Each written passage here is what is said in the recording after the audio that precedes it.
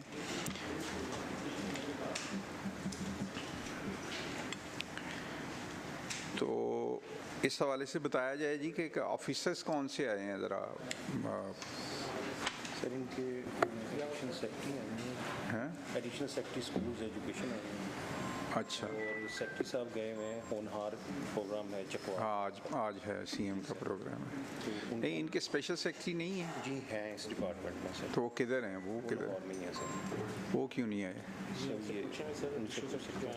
चलें चलें बुलाएं जी उनको।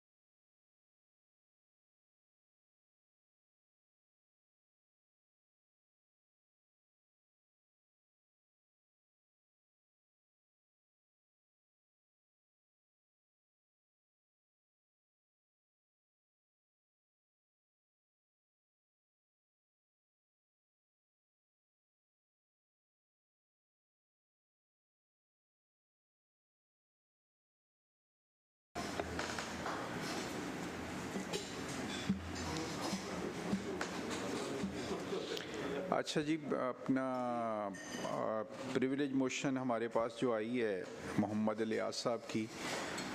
इलियास साहब चूँकि पिछली बार आप मौजूद नहीं थे तो ये टेकअप नहीं हुई थी, तो अभी कमेटी के सामने आप अपनी प्रिविलेज मोशन जो है वो ज़रा पढ़ दें।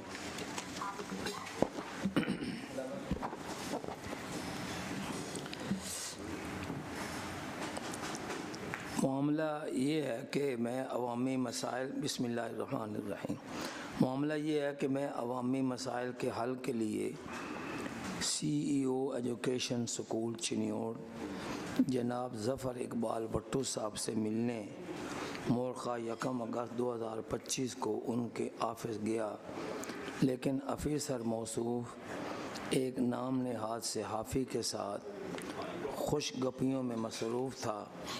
मैंने ऑफिसर मौसूफ को अपना पैगाम भी भिजवाया, लेकिन इसके बावजूद मुझे आधा घंटा इंतज़ार करवाया गया। इसका वीडियो रिकॉर्ड भी मौजूद है। मेरे हल्का के कुछ मुअज़्ज़ज़ लोग भी मेरे हमरा थे, लेकिन CEO एजुकेशन के इस नारवा रवैया से न सिर्फ मेरा बल्कि पूरे ईवान का इस्तेकाक मजरूह हुआ है। लिहाजा मेरी इस तहरीक को बाज़ाब्ता करार देते हुए मजलिस से इस्तेकाकात के सबूत किया जाए। जी ठीक है। अच्छा जी, CEO एजुकेशन ज़फ़र इकबाल भट्टू साहब तशरीफ़ रखते हैं जी। जी सर। और डिपार्टमेंट की तरफ से कौन है जी? सर मैं एडिशनल सेक्रेटरी हूँ DA। हमारे सेक्रेटरी साहब आज चकवाल गए हुए थे क्योंकि CM साहबा ने आना है ना, तो उनको रिसीव उन्होंने करना था। तो स्पेशल सेक्रेटरी किधर हैं? सर वो तो इधर ही हैं लाहौर। वो क्यों नहीं आए? सर वो भी मुझे डायरेक्शन दी गई कि आप जाए तो मैं आ रही हूँ। इसका हम अगली मीटिंग में खालिद साहब नोट कर लें कि अगली मीटिंग में अगर ये प्रिविलेज मोशन पेंड होती है, आज अभी तो हम सुनते हैं ना, अगर ये पेंड होती है तो अगली मीटिंग में सेक्रेटरी साहब तशरीफ़ लाएंगे, ठीक है, और सेक्रेटरी स्कूल एजुकेशन ही आएंगे, स्पेशल सेक्रेटरी भी नहीं आएंगे, क्योंकि अगर स्पेशल सेक्रेटरी आना पसंद नहीं फरमाते तो फिर सेक्रेटरी साहब आएँ, ठीक है ना जी। उन्हें लिखें कि आपके स्पेशल सेक्रेटरी नहीं आए हैं, इसलिए अगली मीटिंग में आप खुद तशरीफ़ लाएं। और दूसरा ये है कि इसमें आना होता है INC के सेक्रेटरी ने आना होता है, तो कौन आया INC से? अस्सलाम वालेकुम सर, मोहम्मद अबू बकर, सेक्शन अफसर INC। बेटा आगे आ जाओ ज़रा, मुझे नज़र नहीं आ रहा, आगे आगे आ जाओ। मैं करना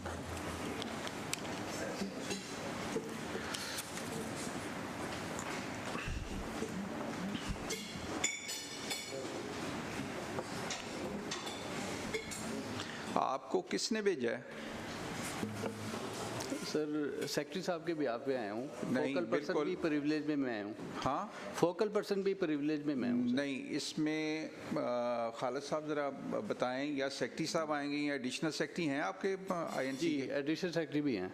हाँ, नहीं, ये दोनों के अलावा नहीं। सर, आप असल बहुत में- अच्छे हैं, मैं पहले भी देखा है आप। सर सेक्रेटरी साहब सिलाब की वजह से बहुत ज़्यादा बिजी हैं, तो फोकल पर्सन ऑलरेडी मुझे नहीं, नॉमिनेट किया हुआ है। एडिशनल सेक्रेटरी कौन है? वो आ जाएं। एडिशनल सेक्रेटरी मैडम है सर। हाँ, तो वो लिखें जी इनको भी नेक्स्ट मीटिंग में। हाँ, वो या सेक्रेटरी साहब आए या एडिशनल सेक्रेटरी आए, ठीक है जी। चलें जी, अब इस तरह है कि आपके ख़िलाफ़ प्रिविलेज मोशन दी है चनियोटी साहब ने, तो आप अपना जो भी इनको हलफ दें।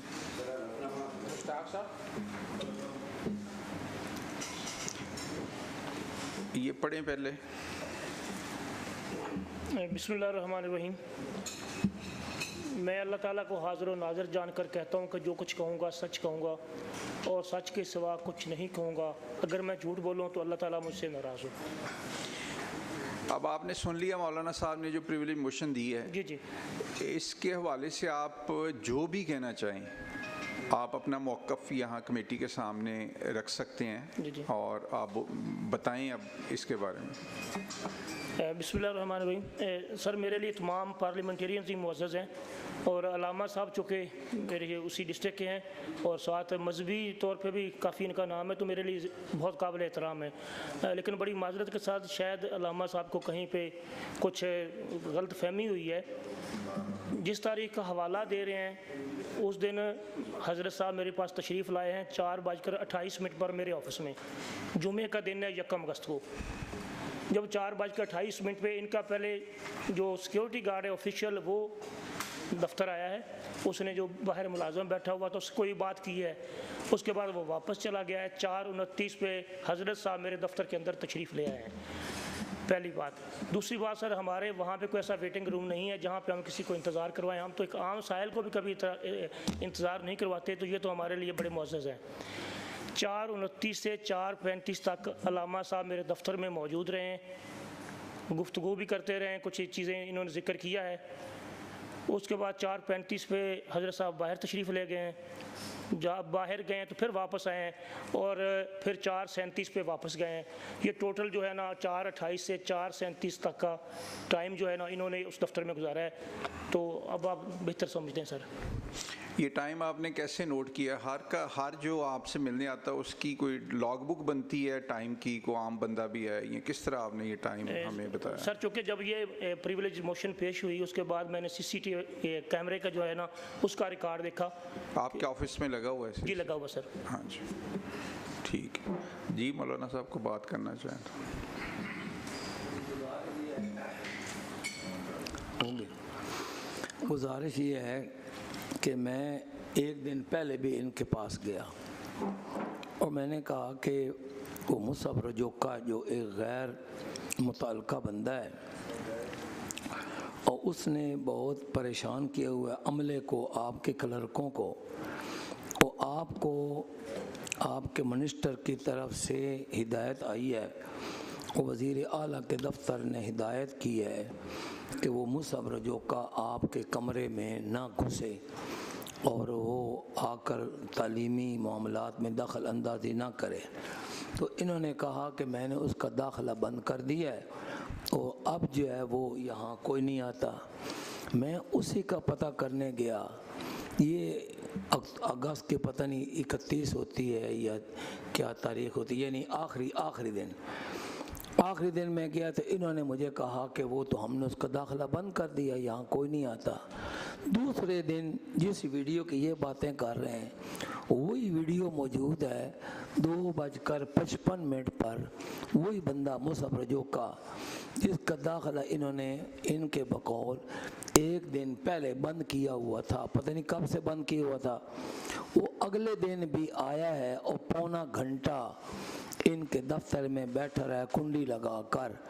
इस दौरान डिस्ट्रिक्ट एजुकेशन ऑफिसर वो भी गए हैं, अपना कोई फाइल लेकर गए होंगे, तो उनको भी दाखिला जो है वो नहीं दिया गया। मुझे कहते हैं मैंने उसका दाखिला बंद कर दिया है और अगले दिन वो साहिब जो हैं वो पौना घंटा इनके पास बैठे रहे। मैं ये समझता हूँ कि ये मेरे साथ बहुत बड़ा झूठ बोला गया है और ऐसे झूठे आदमी के साथ मेरा गुजारा नहीं हो सकता।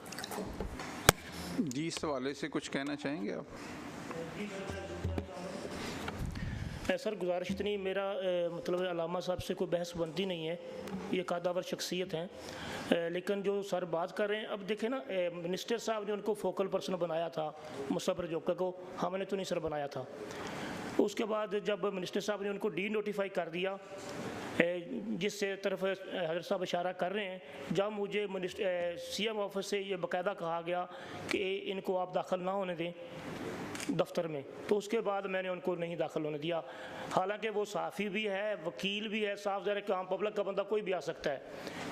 तो लेकिन मैंने उनसे मतलब किसी तरीके से उनसे कहा कि जी नहीं, अगर कोई मुझे नहीं उनके बारे मतलब मालूम नहीं है और ना मैं कोई जिसके बारे को जानता ना हो उसके बारे में तबसरा नहीं करना चाहिए, लेकिन मफरूज़े के तौर पे अगर किसी बंदे के बारे में ये हो कि ये नटोरियस है, वो वकील हो, वो कोई वो हम में से कोई हो, वो कोई, तो फिर अगर उसके बारे में मिनिस्टर साहब कह दें कि इसको ना आने दें ऑफिस में। ऐसा होता है हमारे माशरे में, मुख्तलिफ दफातर में वो हम देखते हैं, नादरा के ऑफिसेज़ हों, पासपोर्ट के ऑफिसेज़ हों, लफ्ज़ बुरा है, टाउट वहाँ पे घूम रहे होते हैं, नटोरियस बंदे घूम रहे होते हैं। तो उनको हर गवर्नमेंट भी ये कोशिश करती है कि उनका इंटरफेरेंस उन ऑफिसेज़ में मिनिमम हो, उनको रोका जाता है। तो अगर ये, मुझे पता नहीं है इस बंदे के बारे में, लेकिन अगर मैं कह रहा हूँ कि अगर ये इसकी शोहरत को अच्छी नहीं है तो फिर यानी उसको आपसे मिलना, आपके ऑफिसेज उसके लिए खुले रहना, ये तो मुनासिब नहीं है फिर। सर अगर इजाज़त हो तो मैं इसमें एक बात ऐड करूंगा, जो डी नोटिफाई किया है वजीर तालीम ने, उन्होंने भी कोई उसकी भी वजह तारीख होगी, मौजूद है, हाँ, कोई उसकी वजह भी होगी। तारीख मौजूद है, और उसके 15 दिन बाद तकरीबन वो साहब इनके दफ्तर में आए, वो तारीख भी मौजूद है। अच्छा, 15 दिन तक इनके पास ऑर्डर ही नहीं पहुंचे। इस तरह है कि ये चूँकि मामला जिस तरह का मैं महसूस कर रहा हूँ, तो गिल साहब और चद्दर साहब, आप दोनों जो हैं ये ज़रा इस मामले को देखेंगे और अगली मीटिंग में हमें रिपोर्ट देंगे, वहाँ जाके देखेंगे उस ज़िला में। ठीक है जी। मौलाना साहब से भी मिलेंगे आप दोनों, और उसके बाद जो सीईओ हैं उनसे भी मिलें जाके, और इस मसले की कमेटी को सही जो है ना, अभी मौक़िफ़ इस तरह का आया है कि इस पे अभी मज़ीद ज़रूरत है कि हम असल मसले को जानें ज़रा, और फिर अगर उसमें सीईओ साहब कसूरवार हुए तो कमेटी फिर अपना फ़ैसला करेगी, और अगर कोई गलत फहमी है तो आप दोनों दूर करें वहाँ पे जाके।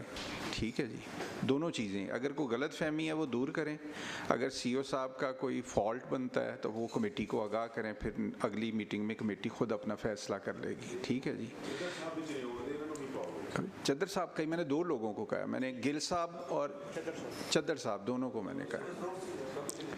हाँ, तो आपका शुक्रिया जी। जी, थैंक यू सर। आप जा सकते। जी, थैंक यू सर। ये नोट कर लें जी इनको, ये वहाँ जाके करेंगे। ठीक है जी। क्या हाल है, ठीक ठाक हैं? हाँ चलो।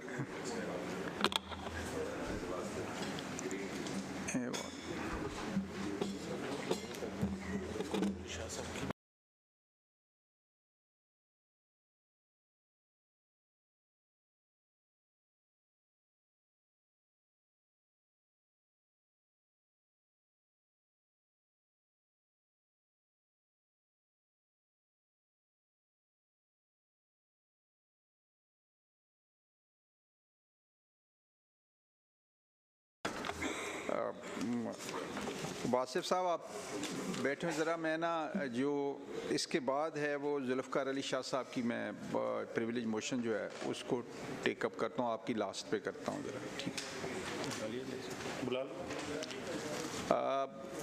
है। जुल्फ़कार अली शाह साहब की प्रिविलेज मोशन है, उस हवाले से ऑफिसर्स को बुलाएं।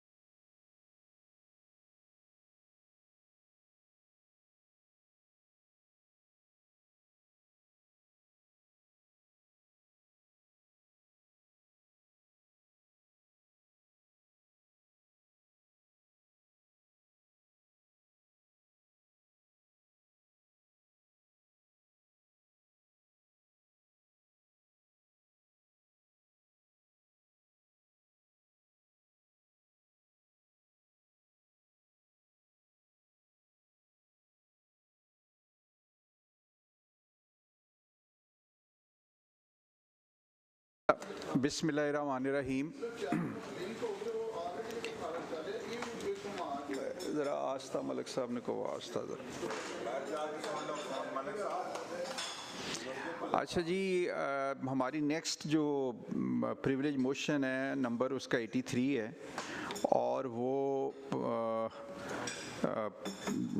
हाउस में पेश हुई थी और उसको पेश किया था मोहतरम जनाब जुल्फ़कार अली शाह साहब MPA PP 96। तो आज वो इस कमेटी में स्पीकर साहब ने हाउस के बाद इस कमेटी को रेफ़र की और ये चूँकि अमूमन हमारी जो प्रिविलेज कमेटी है उसमें ज़्यादातर जो MPAs के साथ कुछ वाक़यात होते हैं उनके हवाले से ज़्यादातर प्रिविलेज मोशंस होती हैं, लेकिन बाज़ दफ़ा कुछ मोशंस इस तरह की आती हैं जो टेक्निकल या इज्तमाई इश्यूज़ के ऊपर होती हैं, ज़ाती इशू के ऊपर नहीं होती। तो ये जुल्फ़कार अली शाह साहब की जो प्रिविलेज मोशन है ये पंजाब के एक बड़े हिस्से को मुतासर करता है, ये इशू जो आज इस प्रिविलेज मोशन के हवाले से ज़ेरे गौर आएगा। तो मैं शाह साहब से गुजारिश करूँगा कि वो ज़रा कमेटी के सामने इस प्रिविलेज मोशन को पेश कर दें ताकि सब मेंबर्स को आगाही हो कि आप किस इज्तमाई मसले को लेके आप इस कमेटी के पास आए हैं।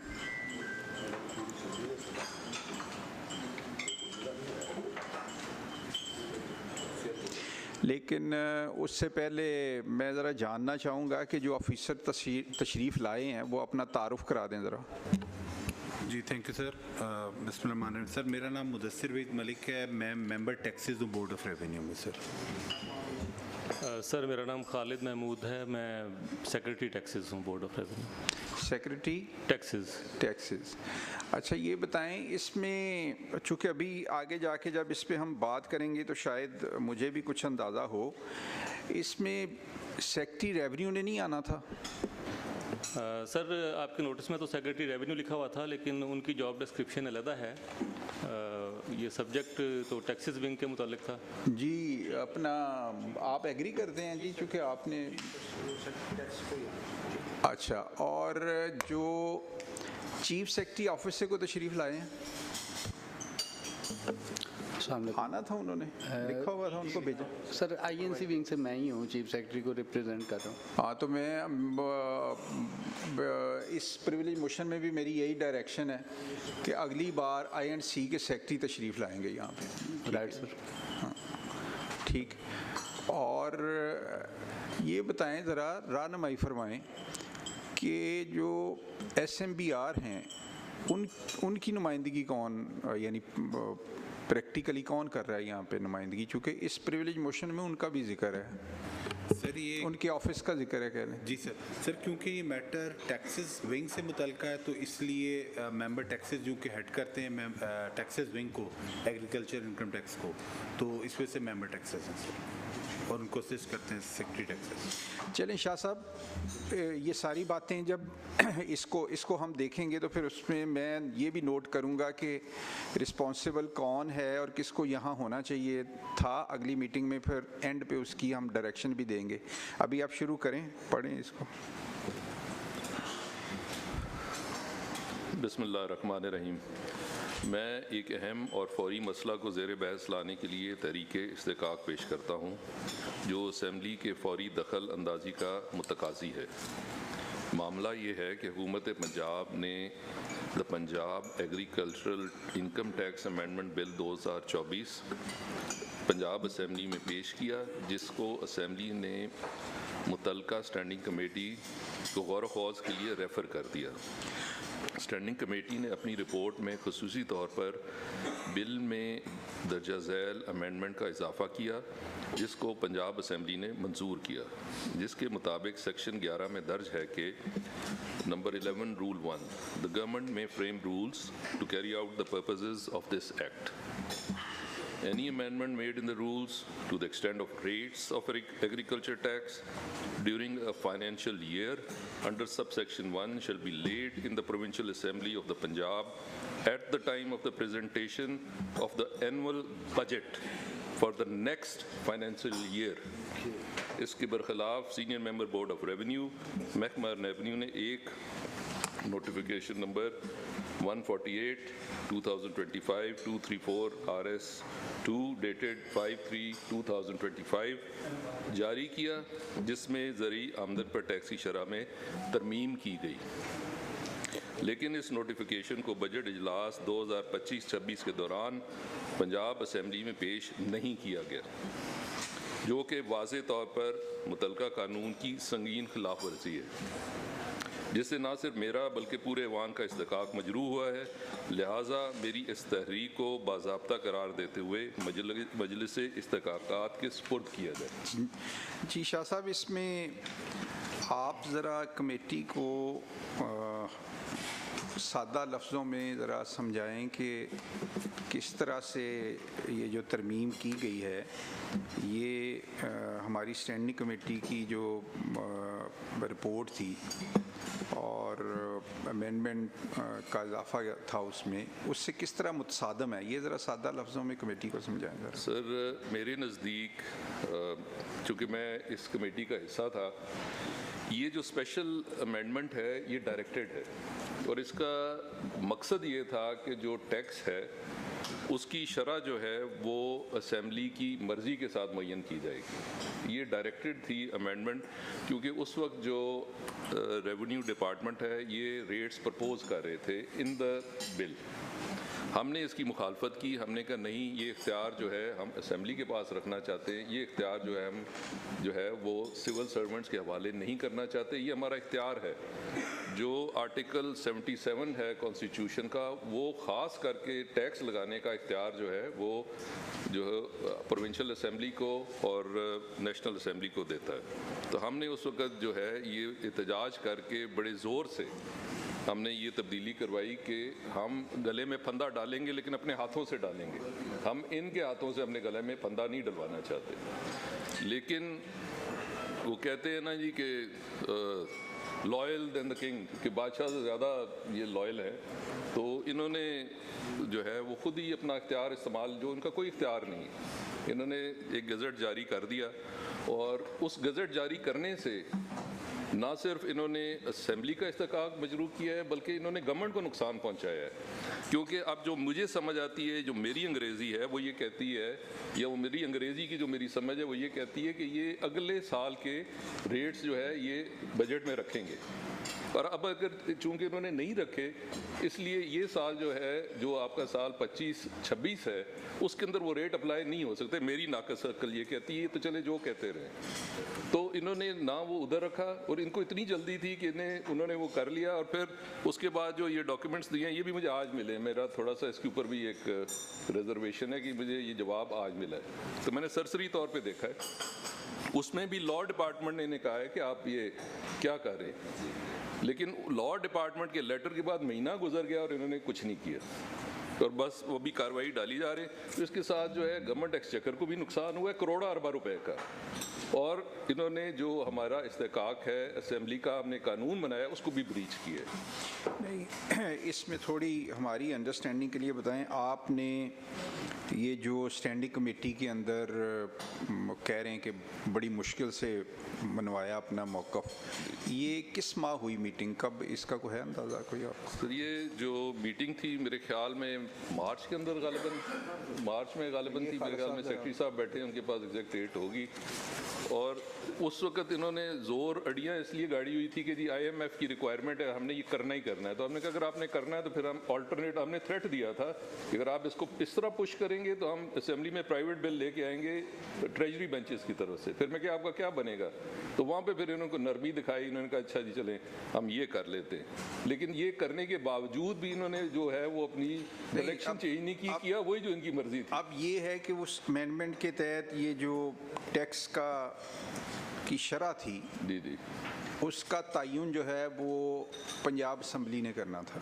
जी जी ऐसा ही है ना? जी, इजाज़त देनी थी। जी, इजाज़त देनी थी, प्रपोजल तो इन्हीं की तरफ से आती है ना? इजाज़त देनी थी एट अ स्पेसिफिक टाइम। दो चीज़ें हैं, एक असेंबली में पेश होगा और दूसरा बजट के टाइम पे पेश होगा। ये इसके अंदर सामने लिखा हुआ है, eight the time of the presentation of the annual budget for the next financial year. ये जब आप इसमें स्टैंडिंग कमेटी में कर रहे थे, मैं इसलिए वहाँ पूछ रहा हूँ, वो बजट से पहले कर रहे थे? 12 नवंबर जी, ये मार्च में था ना, ये बजट से पहले। नहीं, वो बता दिया है 12 और नवंबर। इन्होंने गजट भी जो है वो बजट से पहले पास कर दिए। बहुत पहले आप कर रहे थे, और 12 इन्होंने नवंबर रेट्स को। भी पहले ही पास कर दिए, खुद ही गजट निकाल दिया कि जी हम अब कहते हैं जी ये 25-26 का है, ये 26-27 में ये होगा। वो मकसद ये कि जहाँ पे भी होगा it had to go through the assembly at the time of the budget. तो उस प्रोसेस को इन्होंने टोटली इग्नोर और ओमिट कर दिए। तो मैं ये अर्ज़ करना चाहूँगा, हमें तो ये कहते हैं कि जी इंटरफेरेंस है, पॉलिटिकल इंटरफेरेंस है, पटवारी लगा लेते हैं। मैं समझता हूँ कि जितनी ब्यूरोक्रेटिक इंटरफेरेंस है हमारे मामलात में, वो और उसका जो असरात हैं वो बहुत बड़े होते हैं। एक पटवारी से बहुत बड़ा उसका असरात होते हैं, और ये बहुत बड़ी नेग्लिजेंस है और बिल्कुल ही जिसे कहते हैं ना ये कि मादर पिदर आज़ाद वाला काम है। जी सर, इसमें मैं नहीं, अभी उनका मौक़िफ़ तो आने देना, बाद में फ्लोर आपके पास ही होना है। हाँ हाँ बिल्कुल, उनका मौक़िफ़ सुनने के बाद आप अपनी राय। जी, बिस्मिल्लाहिर्रहमानिर्रहीम। सर, जैसा कि मौजूद मेंबरान को तमाम डिटेल बता दी गई है, इसमें पर्सपेक्टिव कुछ थोड़ा सा फ़र्क है और ग़ालिबन कुछ चीज़ों में फर्दर क्लैरिटी अगर हम एक्सप्लेन करके दे सकें पूरी कमेटी और हाउस को। सर ये अक्टूबर 2024 में अमेंडमेंट की गई। इसका सर तरीकाकार ये था कि जो टैक्सेस के रेट थे ये पहले एक्ट में दिए गए हुए थे, और एक्ट के मुताबिक जब भी उसमें अमेंडमेंट होगी एक्ट में, तो आपको मालूम है सर वो तो फिर असेंबली ही अप्रूव करेगी, क्योंकि उसमें शेड्यूल दिया हुआ कि ये रेट एग्रीकल्चर इनकम टैक्स के होंगे। उस अमेंडमेंट के तहत उस एक्ट से निकाल के रूल्स में शेड्यूल डाल दिया गया, मीनिंग देयर बाय कि अब उस पर जब भी अमेंडमेंट होगी तो रूल्स के तहत होगी, not in the substantive legislative act. ये जो टैक्स है सर, इसके दो हिस्से हैं। एक है सर इसका फिक्स टैक्स है जो कि लैंड बेस्ड होता है, और दूसरा इसका वेरिएबल होता है। फिक्स टैक्स के अंदर कोई चेंज नहीं की गई, वो एडजस्ट हो जाता है फाइनल के अंदर। जो चेंज अमेंडमेंट हो गई है वो उसकी इनकम के ऊपर किया गया, और जिसको एफबीआर के टैक्सेस के इक्वलेंट लाया गया। ये आर्बिट्री नहीं है, जितनी एफबीआर की रिटर्न की टैक्सेशन है उतनी ही एग्रीकल्चर इनकम टैक्स की है। तो इसका बेंचमार्क और लॉजिक तो वो है, ये कहीं और से नहीं लाया गया कि हमने आर्बिट्रीली कहीं प्रपोज किया है। उसको मैच किया गया है कि जो इनकम आपकी एफबीआर की रिटर्न में जो रेट है वही स्लैब्स और वही रेट एग्जैक्टली इस पर लगाया गया है। तो इसकी एक साइंटिफिक और लॉजिकल रीजनिंग इसकी रेट्स चेंज करने की सर ये थी। अब सर इसमें अगर ये लॉ को पढ़े तो इसमें ये लिखा हुआ है, any amendment during the financial year of subsection 10 shall be laid in the provincial assembly of the Punjab at the time of presentation of annual budget of the next financial year। इसमें sir अगला point ये है कि इसके बाद जो BOR की understanding है बोर्ड ऑफ रेवेन्यू की, उसमें लॉ डिपार्टमेंट हमें फर्दर गाइड कर सकता है। इसमें अमेंडमेंट इसके बाद रूल्स में आने के बाद गवर्नमेंट ने करनी थी, ना कि असेंबली में, क्योंकि ये अब एक्ट में चेंज नहीं होना था, ये अब रूल्स में होना था। तो ये अब गवर्नमेंट मीन्स प्रोविंशियल कैबिनेट ने करनी थी, और वो प्रोविंशियल कैबिनेट की अप्रूवल से ही वो rate change in line with FBR rates हो गए।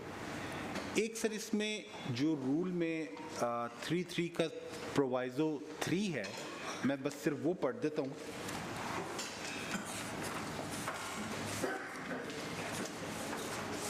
वो किधर है, कौन से वाला था ये? जी sir. Provided that where by virtue of amendment in the rules, यानी कि रूल्स जब चेंज होंगे, the rate of income tax for the purpose of assessment in any tax year is altered. जब एक टैक्स ईयर में change किया जाएगा, the rate of income tax existing prior to the said alteration, जो कि उससे पहले मौजूद था, shall continue to apply in the tax year. यानी कि माली साल 2024-25 में अगर गवर्नमेंट कैबिनेट टैक्स के रेट चेंज करती है, बढ़ाती है, सेम रखती है, कम करती है, और उस साल उससे पहले कोई और टैक्स रेट था, तो उस माली साल में वही टैक्स रेट चलेगा। मीनिंग देयर बाय कि 2024 के इस अमेंडमेंट से पहले जो रेट था 2024-25 के माली साल में, अब यकम जुलाई से लेकर 30 सितंबर 2025 तक वही रेट चार्ज किया जाएगा। ये अमेंडमेंट का इतलाक by virtue of this proviso इस माली साल पे है ही नहीं।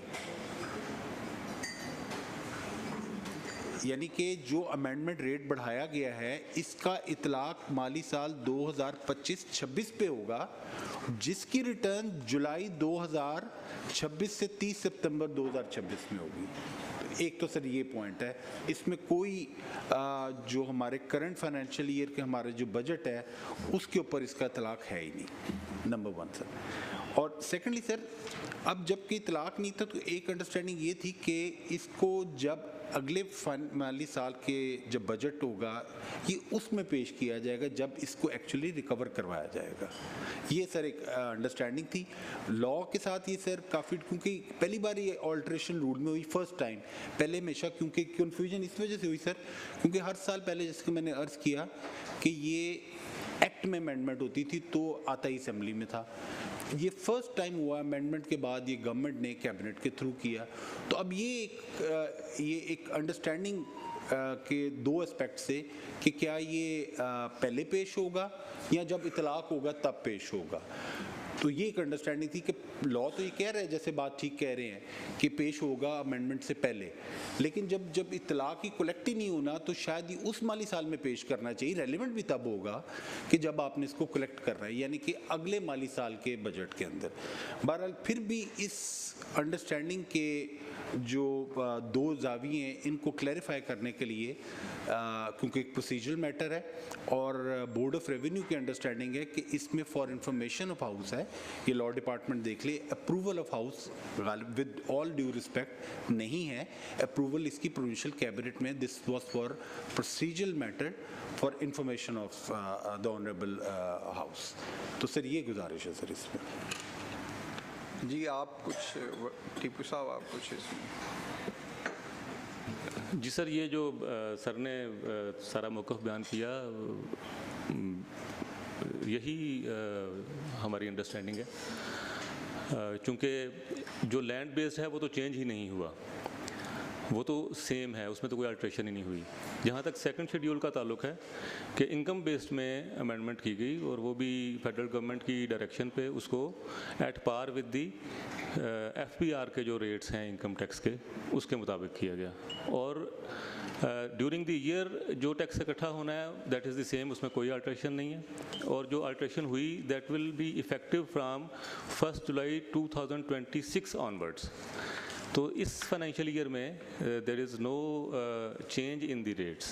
तो इस जैसे सर ने बयान किया, यही हमारा इस पे मौक़िफ़ है। बाकी लॉ डिपार्टमेंट से आप ले सकते हैं इसके ऊपर गाइडेंस जो भी वो दें। सर, लॉ डिपार्टमेंट ने भी इन्हें कहा है कि आप ये जो है इसको करेक्ट करें, ये इसके अंदर लिखा हुआ है। तो वो बैठे हुए हैं लॉ डिपार्टमेंट वाले, आप उन्हें दावत दें, वो पढ़ देंगे। चीज़ ये है कि इन्हें इतनी जल्दी क्या पड़ी हुई थी कि इन्होंने ये जारी कर दिया। अब मसला ये है कि अब ये कह रहे हैं जी नहीं जी ये तो 25-26 का होगा। अब मसला ये है कि ये इन्होंने रेट पहले देना था, बताना था असेंबली को, ये हम करने लगे ताकि ये 25-26 में इसका इतलाक हो सके, वो इन्होंने नहीं किया। तो प्रॉब्लम ये है कि इन्होंने उस चीज़ को टोटली इग्नोर किया और बाईपास कर दिया सारा सिस्टम। अभी किस वजह से किया गया मुझे उसका अंदाज़ा नहीं है। इनके अपने ख्यालात, जज्बात और इश्यूज़ होते हैं। और दूसरी चीज़ ये कि ये कह रहे हैं कि जी हमने, इसके पीछे लॉजिक ये है कि हमने FBR के मुताबिक करना है और जो फेडरल गवर्नमेंट है उसकी हिदायत है। मैं चाहूँगा कि इधर जो है, जो हमारा आर्टिकल 77 है वो पढ़ा जाए। क्या ये इख्तियार वफाक के पास है? ये इख्तियार किसके पास है? जो बोर्ड ऑफ रेवेन्यू के पास है? ये इख्तियार किसके पास है कि जो टैक्स है वो किसने मुअय्यन करना है? और ये कह रहे हैं कि जी वो रूल्स के तहत होना। अब सवाल तो ये है कि क्या टैक्स का इख्तियार रूल के तहत हो सकता है? और ये इसके ऊपर जो है वो हमें इंतज़ार करना पड़ेगा स्पीकर साहब का कि उनकी भी एक रूलिंग है, we have to wait for him, कि वो आके जो है इन मामलात को जो है उसके ऊपर उनका भी हमें इनपुट चाहिए होगी। लेकिन बड़ा अजीब सा मामला है, कुछ समझ नहीं आई कि सिर्फ कार्रवाई दिखाने के लिए मेरे नज़दीक जो मुझे समझ आती है कार्रवाई दिखाई गई कि जी हमने कार्रवाई कर दी गई टू शो इट टू जिसको मर्जी दिखानी हो। लेकिन उस चीज़ की जो है हर काम का एक तरीक़ेकार है, आप कर देते हम फंदा गले में डाल लेते। लेकिन इन्हें इतनी जल्दी पड़ी हुई थी कि इन्होंने इंतज़ार ही नहीं किया कि गड्डी तो आन दो ना, गड्डी से पहले सवार हो गए। तो मैं समझता हूँ कि ये एक बहुत बड़ी ओवरसाइट है और इन चीज़ों को रुकना चाहिए और जो हमारा प्रिविलेज है वो हमारे तक रहना चाहिए, जो इनका काम है वो ये करें। और इन्हें हमारी मावनत करनी चाहिए थी, बल्कि ये बजाय मावनत करने की हमें सुपरसीड कर रहे हैं और ये हमारे जो है ये यूसर्प कर रहे हैं हमारे राइट्स को, जो असेंबली के राइट्स हैं उनको यूसर्प किया जा रहा है। और मैं समझता हूँ कि इससे बड़ा इस्तेकाक कुछ नहीं हो सकता। कोई जो है CO, AC, DC वो क्या एक ज़ाती इस्तेकाक का मसला है ना, ये तो आपके पूरे हाउस को चैलेंज कर रहे हैं। ये तो समझते हैं कि आप कुछ भी नहीं है और ये रद्दी का जो है ये कागज़ रद्दी के जो मर्जी हम कर लें जी, और ये हमारा भी कसूर है। सबसे बड़े देखें ना, सबसे पहले अपने गिरेबान में झांकना चाहिए कि हम लेजिस्लेटर्स हैं, हमारा काम है इन चीज़ों पे नज़र रखें। बाद में हम कहते हैं कि जी ये क्या हो गया और क्या हो गया। और ये भी जो इन्होंने रूल्स वाली बात की वो इन्होंने इंसर्ट कराया है। हमें तो इस चीज़ की समझ ही नहीं थी और इन्हें हमारी मावनत करनी चाहिए थी, लॉ डिपार्टमेंट को मावनत करनी चाहिए था कि जी ये रूल्स के तहत टैक्स नहीं लगाए जा सकते। टैक्स जो है वो असेंबली ने लगाने। वो जो आपका आर्टिकल 77 है वो बिल्कुल सादा सा है, वो पढ़ दें जी सेक्रेटरी साहब, चलें हम वो याद आनी हो जाए। सर इसमें 77 है, no tax shall be levied for the purposes of the federation except by और under the authority of act of Majlis Shura. देखिए आपका ये जो फंदा है ना, ये हमने अपने गले में खुद डालना है, इसका इख्तियार किसी के पास नहीं। और कोई इख्तियार लेने जाएगा तो वो हमारा जो है इस्तेकाक मजरू होता है। और मैं आई प्रोसेस की जो भी आप ये रीजनिंग दे रहे हैं 25, 26, 26, 27, ये कोई सेंस नहीं बनता। जो हमने इंसर्ट करवाया था उसके तहत अगले जो माली साल के लिए ये टैक्स मुअय्यन होना था। अब ये कह रहे हैं नहीं जी ये उससे अगले साल, भाई अगर उसके अगले साल पे भी होना था तो असेंबली की इजाज़त से होना था। आप मुँह से किस तरह कर सकते? जी खालिद साहब इस पे ज़रा कमेटी को आगाह करें इसके बारे में। क्या हमारा जो प्रोसीजर है असेंबली की स्टैंडिंग कमेटीज़ का, वहाँ जो चीज़ें पास होती हैं वो फिर एक्ट की शक्ल इख्तियार करती हैं, उसके बाद फिर हुकूमत के डिपार्टमेंट्स रूल्स भी बनाते हैं। तो ये सारा ज़रा कमेटी को आगाह करें इस जो प्रोसीजरल एक चीज़ें हैं उसके बारे में, ताकि हम इस इशू को ज़रा सही तौर पे समझ सकें। सर आइडियली जो आइन की मंशा है वो तो यही है कि जो टैक्सेशन है ना थ्रू असेंबली होनी चाहिए। लेकिन बात ये हुई है इस केस में पर्टिकुलरली, जब ये बिल कमेटी के पास आया तो कमेटी में तमाम मेंबर्स ने क्रॉस द बोर्ड ये मुखालफत की थी कि ये 97 से जो एक्ट चला आ रहा था और उसका जो शेड्यूल में टैक्स का रेट दिया हुआ था वो जब भी चेंज होता था तो असेंबली के ज़रिए होता था। उसमें कई दफ़ा अमेंडमेंट हुई थी 97 का जो एग्रीकल्चर इनकम टैक्स है। लेकिन 2024 में ये बिल आया और उसमें ये कहा गया कि 97 के एक्ट से ये शेड्यूल निकाल दिए जाएँ और एक गवर्नमेंट को पावर दे दी जाए कि वो रूल्स के ज़रिए इसमें ऑल्ट्रेशन कर सकते हैं, यानी अब ये एक्ट का हिस्सा नहीं रहेंगे।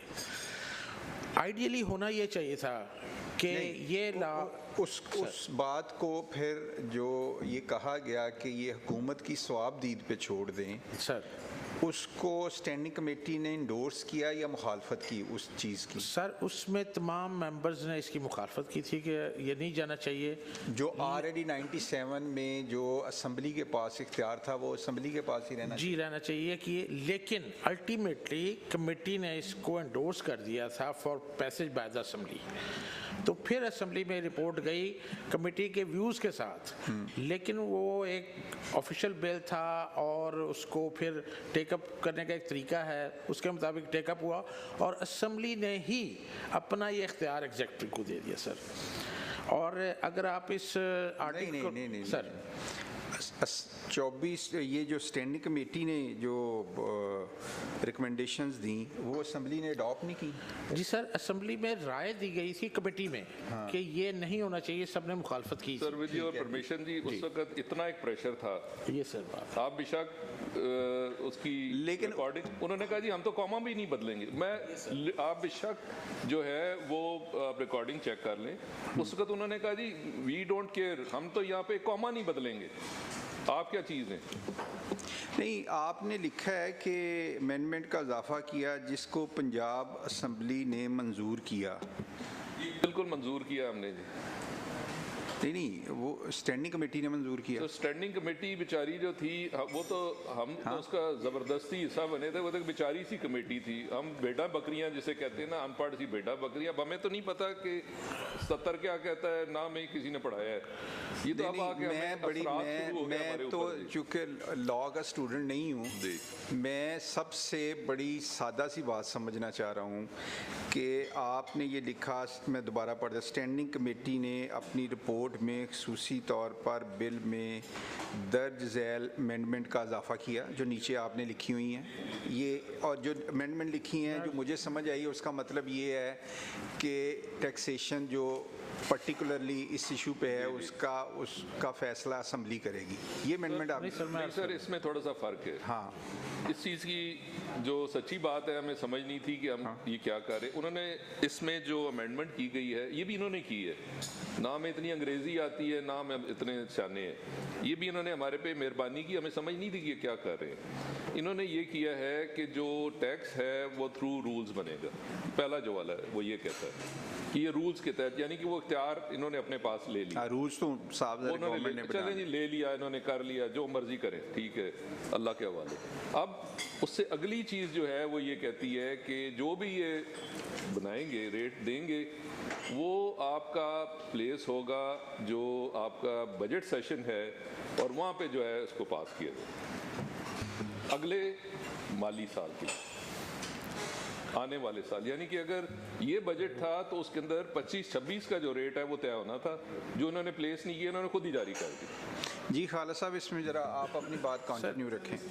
सर नहीं खालिद साहब को ज़रा कर लेने दें, 1 मिनट। सर इसमें यह है जो अमेंडमेंट का आप सर जिक्र कर रहे हैं वो ये थी कि जब शेड्यूल यहाँ से निकाले गए और एग्जीक्यूटिव को इख्तियार दे दिए गए रूल के ज़रिए इसको अमेंड कर सकते हैं, तो उसके साथ ही एक अमेंडमेंट ये ऐड की गई जो इन्होंने कोट की अपनी प्रोविजन मोशन में कि वो जो चेंज ऑफ टैक्सेस होगी उसका नोटिफिकेशन जो होगा eight the time of presentation of budget house में ले होगा।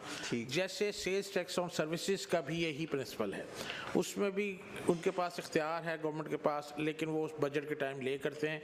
बाकायदा एजेंडे पे आती है सर, ये इस साल भी बजट में आई थी, 16 जून 2025 को हुआ था, तो गवर्नमेंट ने वो ले किया था। हुआ ये है कि इन्होंने मार्च में 5 मार्च को नोटिफिकेशन किया उस शेड्यूल के हवाले से, लेकिन उससे जो बजट 3 महीने बाद आया उसके साथ ले नहीं किया, और इनकी इंटरप्रिटेशन ये है कि वो नेक्स्ट ईयर से होना था, लेकिन बाहर लॉ में क्लियर कट जो अमेंडमेंट कह रहे हैं कि वो ले होना चाहिए था।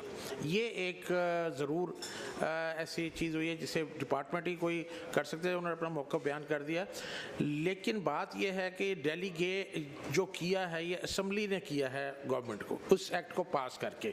ये आपकी बात सही जो आप बात कर रहे हैं कि उस तरह की सिचुएशन थी जिसमें ये करना पड़ा था कमेटी को, लेकिन कमेटी ने 12 एग्री किया था और असम्बली ने इसको एंडोर्स करके ये एक्ट पास किया था 2024 नवंबर में। जी जी आप करें बात। छोटे सी सर, सिर्फ जो अंडरस्टैंडिंग जो है ना इसमें कोई डेलिब्रेट इशू नहीं है। मैं अगर इसको एक्सप्लेन कर दूं, जब आपने बजट के सेशन में प्लेस करना है तो उस बजट की कलेक्शन के लिए प्लेस करना है, जो कॉमन अंडरस्टैंडिंग है, जो महसूलात आपके सन 2025-26 के लिए होंगे। एक व्यू ये है कि ये कलेक्शन होनी 26-27 में है। ये रेवेन्यू की इनकम जो गवर्नमेंट को महसूलात होने हैं यकम जुलाई 2026 से आगे होने, यानी कि टैक्स ईयर 26-27 की आमदन है, ये 25-26 की है ही नहीं। इस वजह से ये ख्याल था कि शायद हमें उस बजट में पेश करना है कि जब जिस फाइनेंशियल ईयर में इसकी इनकम आनी है। तो ये नहीं, ये चलें, इसमें लॉजिक भी आपकी मुझे ठीक लगती है, लेकिन जो रूल्स हैं उसमें तो कोई इस तरह का नहीं कहा गया कि 26-27 का करना है या 25-26 का करना है, ओपन रखा गया ना। ऐसा ही मुझे ये लग रहा है जो कि आपने ये इख्तियार आपने ख़ुद से ले लिया कि ये 26-27 को होगा। अगर आप 25-26 को करना चाहते तो कोई कदगन नहीं थी आप पे। सर नहीं, वो रूल कहता है ना कि आपने कलेक्ट 26-27 में ही करना है। तो सर एक जनरल अंडरस्टैंडिंग होती है कि जब आप जिस बजट ईयर के लिए कलेक्ट कर रहे हैं उसी का बजट स्पीच का हिस्सा होगा ना। एक साल पहले तो नहीं आप प्रेजेंट करेंगे कि उससे अगले साल का होगा। ये एक कंस्ट्रक्ट जो है ना, वो एक आप शायद मैं एक्सप्लेन कर पाया हूँ, वो अंडरस्टैंडिंग ये कि जिस साल के लिए कलेक्ट कर रहे हैं उसके बजट में पेश होना चाहिए। लॉजिकली ये बनता है जी। लॉ, इसमें ज़रा लॉ की मुझे लॉ का इनपुट आने दें, लॉ डिपार्टमेंट का ज़रा आने दें। कानूनी थोड़ा है इसमें, और मेरे जैसा सादा बंदा मैं तो ये समझ रहा हूँ कि जब कानून बन गया है तो उसमें कदगन नहीं है कि अगर 25-26 का भी ये असम्बली में ले आते और 26-27 का उनके ज़हन में है कि हमने 26-27 को लेके आना है, जो उनकी गुफ्तगू से मुझे लग रहा है। और अगर एक लॉ पास हो गया है और उसमें क्या डेट को मेंशन थी कि आपने 26-27 को लेके आना है, कि इनको भले उसमें जितना भी वज़न हो कि जी चूँकि कलेक्शन उस फाइनेंशियल ईयर की है तो हमने 26-27 को लेके आना है, तो इसमें थोड़ी कानूनी हमारी रहनुमाई फरमाएं ज़रा। सर इसमें मैं अर्ज़ किए देता हूँ। समरी जब हमारे पास आई तो हमने उस पर भी अपना एक्सप्रेस व्यू जो है इन राइटिंग लिखा हुआ है, जो सर के पास भी है और तमाम ऑनरेबल मेंबर्स के पास भी आई थिंक के फाइल में लगी हुई होगी। मैं मज़ीद उससे ये अर्ज़ कर देता हूँ कि जब ये अमेंडमेंट आई नवंबर में 2024 में, उस वक्त ऑनरेबल हाउस ने ये मुनासिब समझा कि सेक्शन 11 में सबसेक्शन 2 ऐड की जाए कि अगर हम ये गवर्नमेंट को पावर दे भी रहे हैं रेट के अंदर अमेंडमेंट करने की, मैं बल्कि इसको थोड़ा वाइडली यूज़ करूँगा कि अमेंडमेंट इन द रूल्स की बात है। वहाँ पे रेट के इंक्रीज़ डिक्रीज़ या उसको ठीक करने की कतन कोई बात नहीं है, amendment in the rules regarding rate की बात है। तो वहाँ पे ये एक सब्जेक्ट टू किया कि जब भी अमेंडमेंट होगी तो कमिंग फाइनेंशियल ईयर जो भी होगा वो असेंबली में के अंदर उसकी रिपोर्ट ले की जाएगी साथ में। अब ये नवंबर 2024 में अमेंडमेंट आई, इट मींस के एक्ट के अंदर ये एम्पावर हो गया, ये प्रोविज़न आ गई कि अगर कोई रूल्स के अंदर अमेंडमेंट होगी तो जो फाइनेंशियल ईयर होगा उसके अंदर रखी जाएगी। और ये रूल्स के अंदर अमेंडमेंट आती है मार्च के अंदर, मार्च 2025 के अंदर। नवंबर 2024 में कानून के अंदर 1997 वाले AIT एक्ट के अंदर अमेंडमेंट आती है, और जो रूल्स के अंदर अमेंडमेंट करते हैं जो शेड्यूल के हवाले से हम जिक्र कर रहे हैं वो मार्च में है, जो यहाँ पे लिखा भी हुआ है वो अमेंडमेंट हुई। जो bear reading of section 11 sub section 2 है उसके मुताबिक जब आप अमेंडमेंट करेंगे तो नेक्स्ट फाइनेंशियल ईयर आपका 25-26 बन रहा है। अगर हम 26 उससे अगले में जाएँ 26-27 से, वो नेक्स्ट से नेक्स्ट है वो। तो इसकी बेयर रीडिंग के मुताबिक जो सेशन ये बजट वाला गुजरा है जून वाला, उसी में ये रिपोर्ट आ जानी चाहिए थी कि रूल्स के अंदर ये अमेंडमेंट हमने की है। ये तो है वो बेयर रीडिंग, लेकिन जो यहाँ पे फरमा रहे हैं ऑनरेबल मेंबर टैक्सेस, उनकी एक डिफरेंट अंडरस्टैंडिंग है। उन्होंने फोकस किया है उस अमेंडमेंट की एप्लीकेबिलिटी को कि चूँकि वो लागू अगले साल से होना है तो इसलिए इसको हम अगले फाइनेंशियल ईयर के अंदर इसको रखेंगे। ये मिसअंडरस्टैंडिंग थोड़ी सी क्रिएट हुई है जिसकी वजह से मैं समझता हूँ कि शायद ये ले नहीं हो पाई है। और समरी इन्होंने जो हमारे यहाँ पे भी लगी हुई है, नहीं अभी उनको मुकम्मल करने दें बात सर, जो समरी यहाँ पे लगी हुई है, क्योंकि जब ये चीज़ हाईलाइट हुई तो इन्होंने विदाउट वेस्टिंग टाइम इन्होंने समरी इनिशिएट कर दी थी, और अभी भी वो मेरे ख्याल में फाइनलिटी की स्टेज पे पहुँच चुकी होगी। शायद वो बेहतर ये बताएंगे कि चूँकि वो एक प्रोसेस है रूल्स ऑफ बिजनेस के तहत, तो जो अप्रूव होती है वो आ जाएगी ऑनरेबल हाउस के पास। लेकिन अगेन रिपीट कर रहा हूँ मैं कि जो बेयर रीडिंग है वो ये कहती थी ये जो जून वाला सेशन है बजट में उसमें आना था, अब वो गुजर चुका हुआ है। आप ये कह रहे हैं कि जो मेरे पास है 5 मार्च 2025 को रूल्स के अंदर जो तब्दीली की गई उसको इन्होंने लेके आना था 25-26 के जो बजट की स्टेटमेंट थी उसमें रिपोर्ट ले होनी थी वो जो है आप ये कह रहे हैं। जी सर, क्योंकि इस 11(2) के अंदर वर्डिंग लिखी हुई है नेक्स्ट फाइनेंशियल ईयर। हाँ, तो नेक्स्ट साल ज़रा जब 24 है तो वो ही बनता है। वही बनता है। इसमें सर छोटी सी इसमें खालिद साहब ज़रा हमारी रहनुमाई फरमाएं। मैं 2 कोर्ट जजमेंट्स जो है ना वो आपके सामने रख रहा हूँ इस हवाले से। इशू ये नहीं है कि नोटिफिकेशन क्यों नहीं ले हुआ, इशू ये है टैक्सेशन क्या असम्बली का इख्तियार है या नहीं। इस हवाले से 2 कोर्ट जजमेंट्स हैं। This House controls taxation and public finance that control the power of the purse. Is a constitutional safeguard, not a technicality. It keeps those who impose and spend taxes answerable to the people through their representatives. Executive rate changes that bypass the House erode this accountability and offend Articles 77 and 127. The constitutional courts have also upheld this principle. An identical matter was before the Lahore High Court, wherein WorldCar Telecom Limited versus Government of the Punjab, PTD 2023. The court held that a statutory duty to levy tax altering notifications at the next budget is mandatory, not ornamental. Failure to comply with renders such notifications null and of no effect. Likewise, in Engineer Iqbal Zafar Jhagda versus Federation of Pakistan 2013, the Supreme Court ruled that the executive could not increase GST by notification under the Provisional Collection of Taxes Act 1931, since Article 77 reserves the power to levy taxes exclusively by the legislature. इसमें अगर इजाज़त दें तो थोड़ा सा मैं add करना चाह रहा हूँ।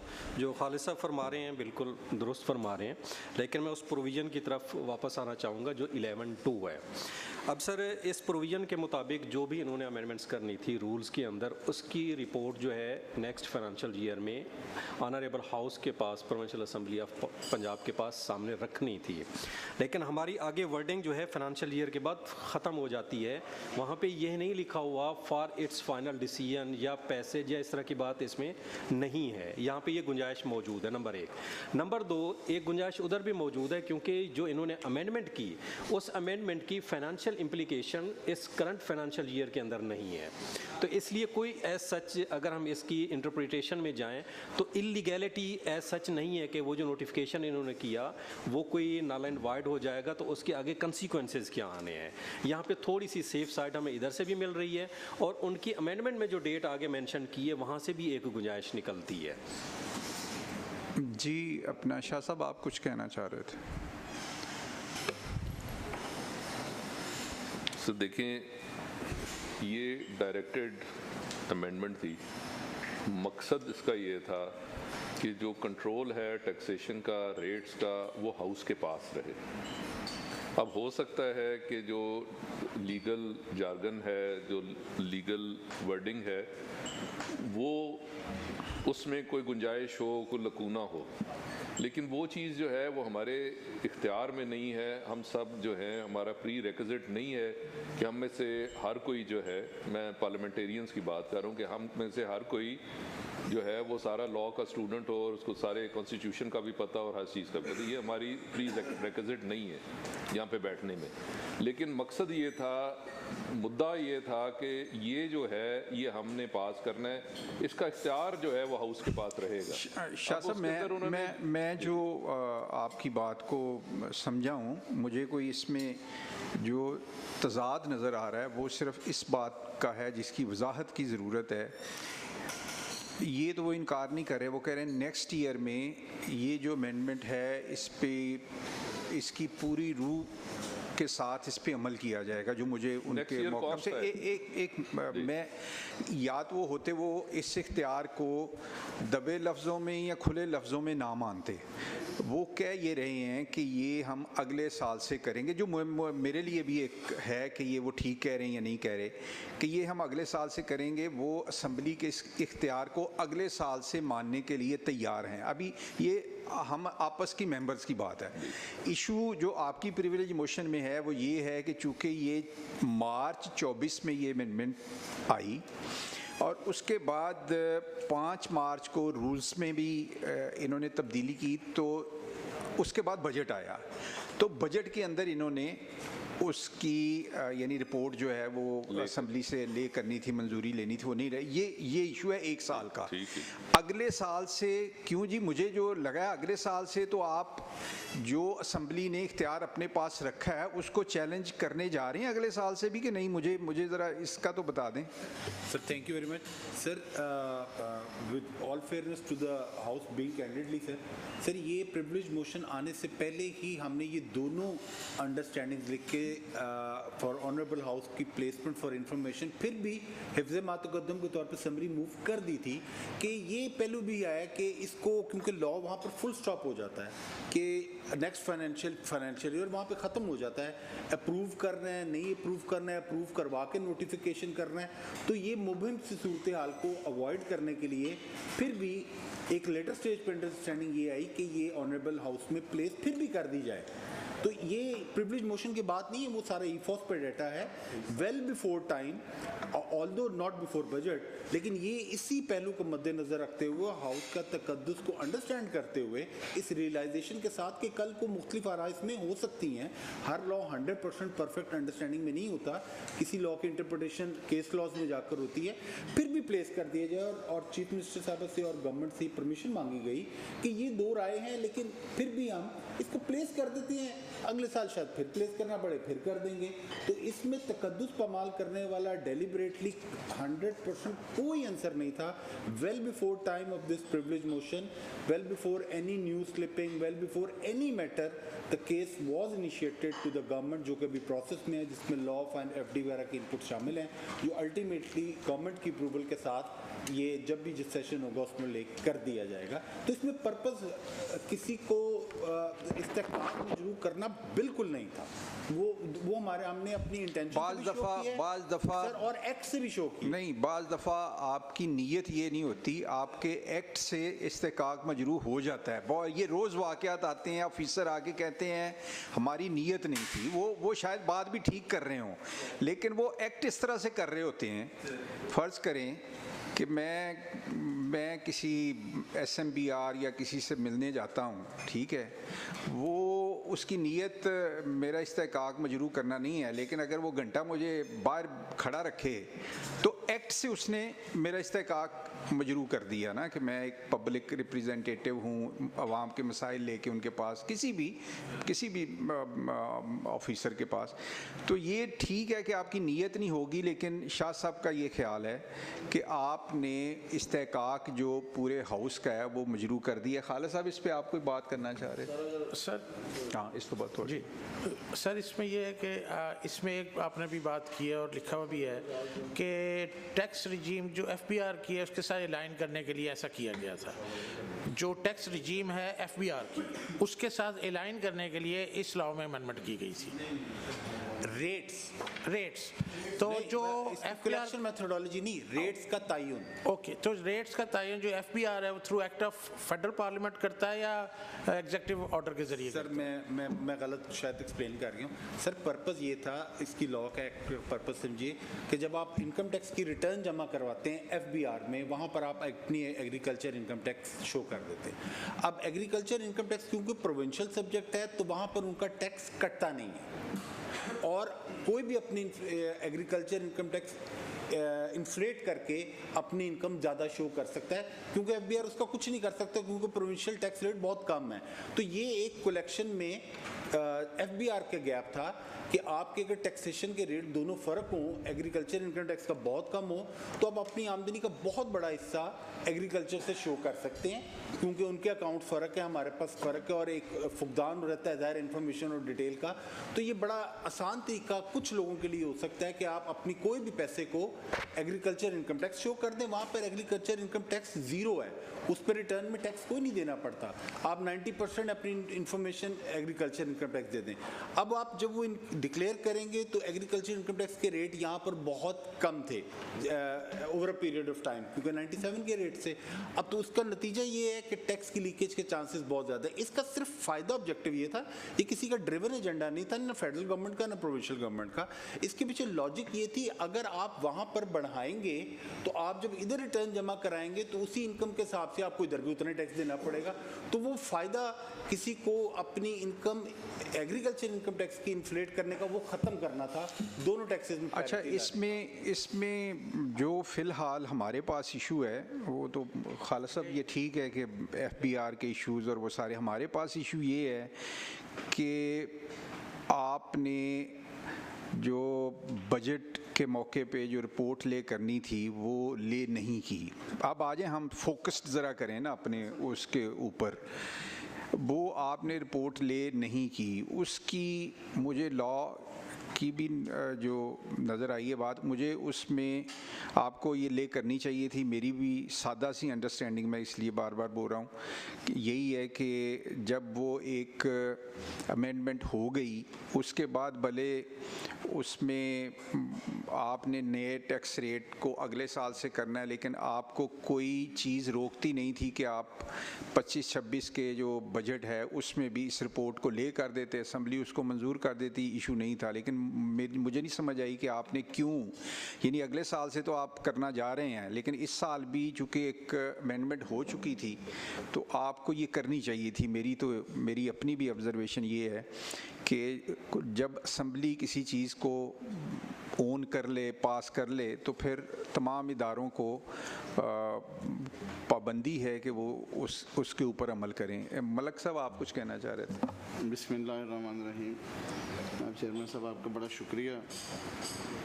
जिस तरह जुल्फ़िकार शाह साहब ने अपनी गुफ्तगू में वो बताया, उन्होंने वो बेबसी का इजहार भी बताया, उन्होंने कौमे का भी आपको बताया। आपकी बात को मैं इस लिहाज से ज़रूर एंडोर्स करूँगा कि समी साहब, मैं सर आपसे ज़रा मुखातब हूँ। सर, आप वाकई लॉ के स्टूडेंट तो नहीं हैं, लेकिन सर आपके लॉ स्टूडेंट्स के आप उस्ताद हैं और मैं भी आपका शागिर्द हूँ जी।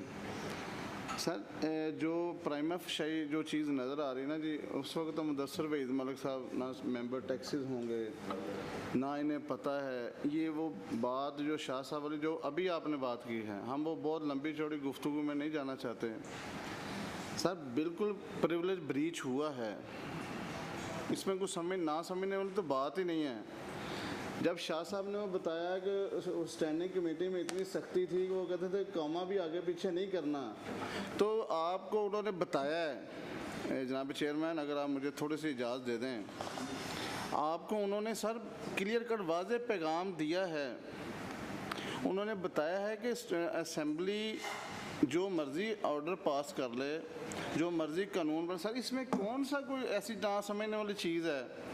सर क्लियर कट ये सर 27 नवंबर 2024 असेंबली ने फ्लोट भेजा है पास करके, और सर 6 तारीख का सर गज़ट नोटिफिकेशन है,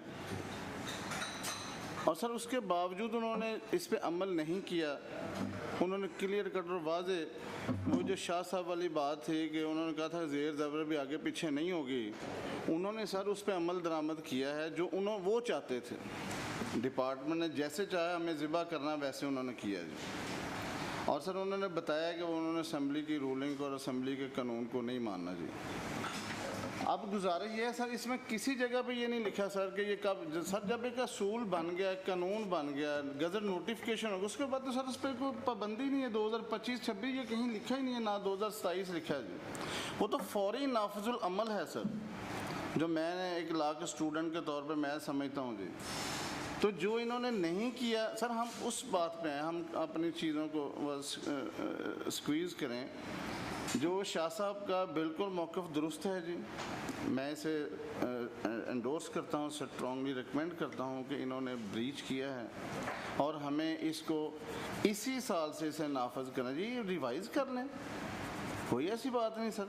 जो असेंबली के सर असम्बली का जो वक़ार है इसे मजरूह होने से सर बचाएं, और जो हमारा जो एक्ट हमने पास करके भेजा है इस पे सर ये डायरेक्शन दें कि अगली, जब आपने अपने ओपनिंग में फरमाया था कि इस पे कहीं सीनियर मेंबर नहीं है, सर सीनियर मेंबर तो यहाँ पे सर ये सीनियर मेंबर साहब का होना ज़रूरी है इस बात के लिए, क्योंकि सर ये मेरा और आपका नहीं केस। हाँ सर, ये सर मैं बड़े अदब से, सर ये शाह साहब का ज़ाती केस नहीं है सर, ये यहाँ पे बैठे हुए किसी भी के ज़ाती, लेकिन सर हमारी ज़ात से बढ़ के है ये सर, पूरे पंजाब का, पूरे सूबे का केस है सर, पूरे सूबे के अवाम का, ज़िम्मेदारों, किसानों का सर केस है, मेरा और आपका सर केस है। तो सर इसे मेहरबानी करें, इसे एक तो टाइम लिमिट रखें और इसे सर आज ऐसी डायरेक्शन दे के भेजें ताकि सर अगली दफ़ा इस पर हम अमल करवाएं जी। थैंक यू जी। किसी और मेंबर ने को बात करनी है, फिर मैं कोई कंक्लूजन की तरफ। सर एक तो बहुत शुक्रिया आपका, एक तो आपने बात, एक रवायत को आपने दुरुस्त करने की कोशिश कर रहे हैं कि अदारे के जो सरबराह है उसको आना चाहिए हर इस मीटिंग में। आपने जिस तरह पिछले कहा कि सेक्रेटरी साहबान को आना चाहिए, वो अगर सीएम के साथ हैं कोई ऐसी मीटिंग है तो एडिशनल सेक्रेटरी या स्पेशल सेक्रेटरी को आना चाहिए, ये आपने बहुत अच्छा किया। लेकिन जो शाह साहब ने ये मसला उठाया है, इसमें ये बात हुई थी तो शाह साहब को ये मसला तरीके से पढ़नी नहीं चाहिए थी, इसलिए कि जब तक सीनियर मेंबर नहीं आते तो हमारा बनता नहीं था। जिस तरह उनको ये आपने कहा कि नेक्स्ट बार आप लिखें उनको भी को मीटिंग में आए, क्योंकि एक और भी उनके खिलाफ तरीके से कहा गया, वो आज तक नहीं निकली, वो मेरे नाम से है, चलो वो बात की बात है। लेकिन सर जब अदारे के सरबराह नहीं आएंगे इस कमेटी में, ये हमारा काम नहीं है सर, ये हमारी पब्लिक का काम है, हमारे अवाम का काम है, पंजाब की अवाम का काम है, हम उनके नुमाइंदे उनके लिए बैठे हैं। तो ये अगर सरकारी मुलाजिम यहाँ पे ऑफिसर नहीं आएंगे तो इससे हमारा जो है वो एक नज़र आएगा इस कमेटी में, हमारी पब्लिक जो देख रही है, लाइव चलता है कि हमारी कमेटी के सामने तो ये अदारे के सरबराह पेश ही नहीं होते। तो इससे इंशाल्लाह मुझे पता है कि आप जिस तरह आपने कोशिश की है, तो मैं शाह साहब की बात को सेकंड करता हूँ। ये जो हमारे असम्बली का हमारा जो राइट है सर, जो है वो हमारे पास असम्बली के पास रहना चाहिए, यही मेरा है जी। जनाब चेयरमैन, ये जो जुल्फ़कार शाह साहब ने तहरीक पेश की है, उस वक्त कमेटी में ये भी थे और मैं भी था, तो ये आधी बातें इन्होंने बताई हैं, आधा सच अभी नहीं बताया। उन्होंने कहा था कि ये टैक्स IMF की वजह से हम कर रहे हैं तो ये लगेगा नहीं। अब जो हालात हो गए हैं तो ये जो दफातर में बैठे हैं, अगर वो असम्बली में नहीं आएगा कि कितना लगाना है कितना नहीं, तो उस वक्त जैसे भी उन्होंने जल्दी से मंजूर करवाया, लेकिन जब लोगों को हमें पता नहीं लगेगा कितना टैक्स। अब देखें पिछले एक साल के अंदर 3 से 3.5 लाख रुपया पर एकड़ एग्रीकल्चर लॉस हो चुका है, जो कि फसलों की शक्ल में भी हो चुका है, सैलाब की शक्ल में, बारिशों की शक्ल में, और ये 3.5 लाख जो है पर एकड़ के हिसाब से कमाने के लिए हमें 7 साल लगेंगे, 8 साल लगेंगे। तो ये टैक्स जो था एग्रीकल्चर लोग कहाँ से भरेंगे? उस वक्त भी ये कहा गया था, ये जो कह रहे हैं ना जी कि वो इनकम टैक्स में दिखाते हैं, जो दिखाते हैं सर, वो चंद एक लोग हैं जिन्होंने ज़मीनें, सिर्फ कारोबारी लोग हैं, वाइट ब्लैक करने के लिए वो ज़मीनें लेकर तो जाली तरीके से करके ये। लेकिन इस वक्त अगर मौशर का हाल देखा जाए तो ये ज़मींदार इस वक्त सबसे ज़्यादा पिस रहे हैं। तो मेरी ये गुजारिश होगी कि बिल्कुल इसके जो रेट्स हैं, हर चीज़ है, असम्बली से प्रूव करवाया जाए। और ये जो कहते हैं कि हमने FBR से ले लिया तो कैबिनेट से मंजूरी करवा ली, वो ये जो अफसर बनाकर भेजेंगे तो इनको तो इस बारे में इल्म ही नहीं है कि क्या होना है। ये जो है गंदम जो है दरख्त पे उगती है या ज़मीन में उगती है, तो ये तो इसको चेक करें जी। हाँ ठीक जी। औज़ुबिल्लाहिमिनश्शैतानिर्रजीम, बिस्मिल्लाहिर्रहमानिर्रहीम। शुक्रिया जनाब चेयरमैन। जनाब चेयरमैन, सारे ऑनरेबल पार्लियामेंटेरियन ने उस पर अपनी राय दी है। जुल्फ़कार शाह साहब ने बहुत नुक्ता उठाया कि पूरी असम्बली की प्रिविलेज की बात है। मेंबर साहब सर ज़ाहिर है उनकी ज़ात की बात नहीं है, एज आ ऑफिस बेयरर उन्होंने अपना पॉइंट बताया। सर मेरी सबमिशन ये है कि अगर ये अंडरस्टैंडिंग की बात नहीं है, मेरे जहन में कोई भी बात आती है, शायद वो आपके साथ मैच ना कर पा रही हो, एक लॉ पास किया गया सर असम्बली की तरफ से, तो अगर इनको ये लॉ डिपार्टमेंट से सर उसकी ले लेते, क्लियरेंस गाइडेंस ले लेते, क्लैरिटी ले लेते। मेरा क्वेश्चन है कि क्या इन्होंने क्लैरिटी ली है लॉ डिपार्टमेंट से?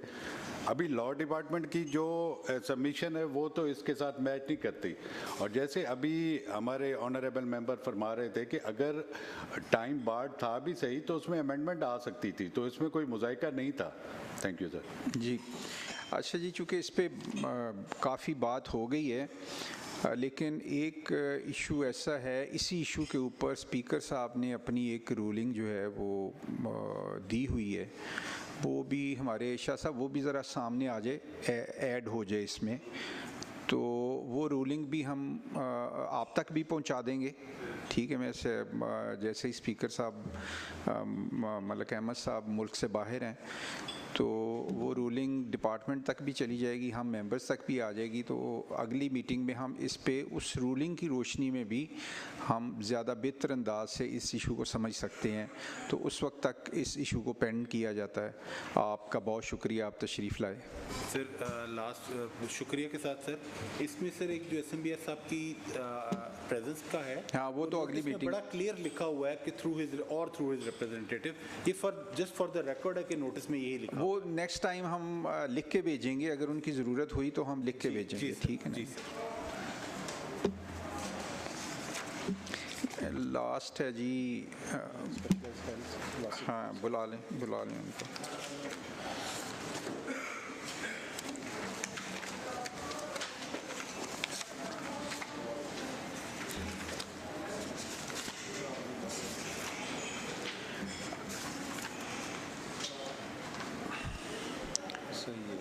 लिखा हुआ है सेक्रेटरी स्पेशलाइज्ड काउंसिल।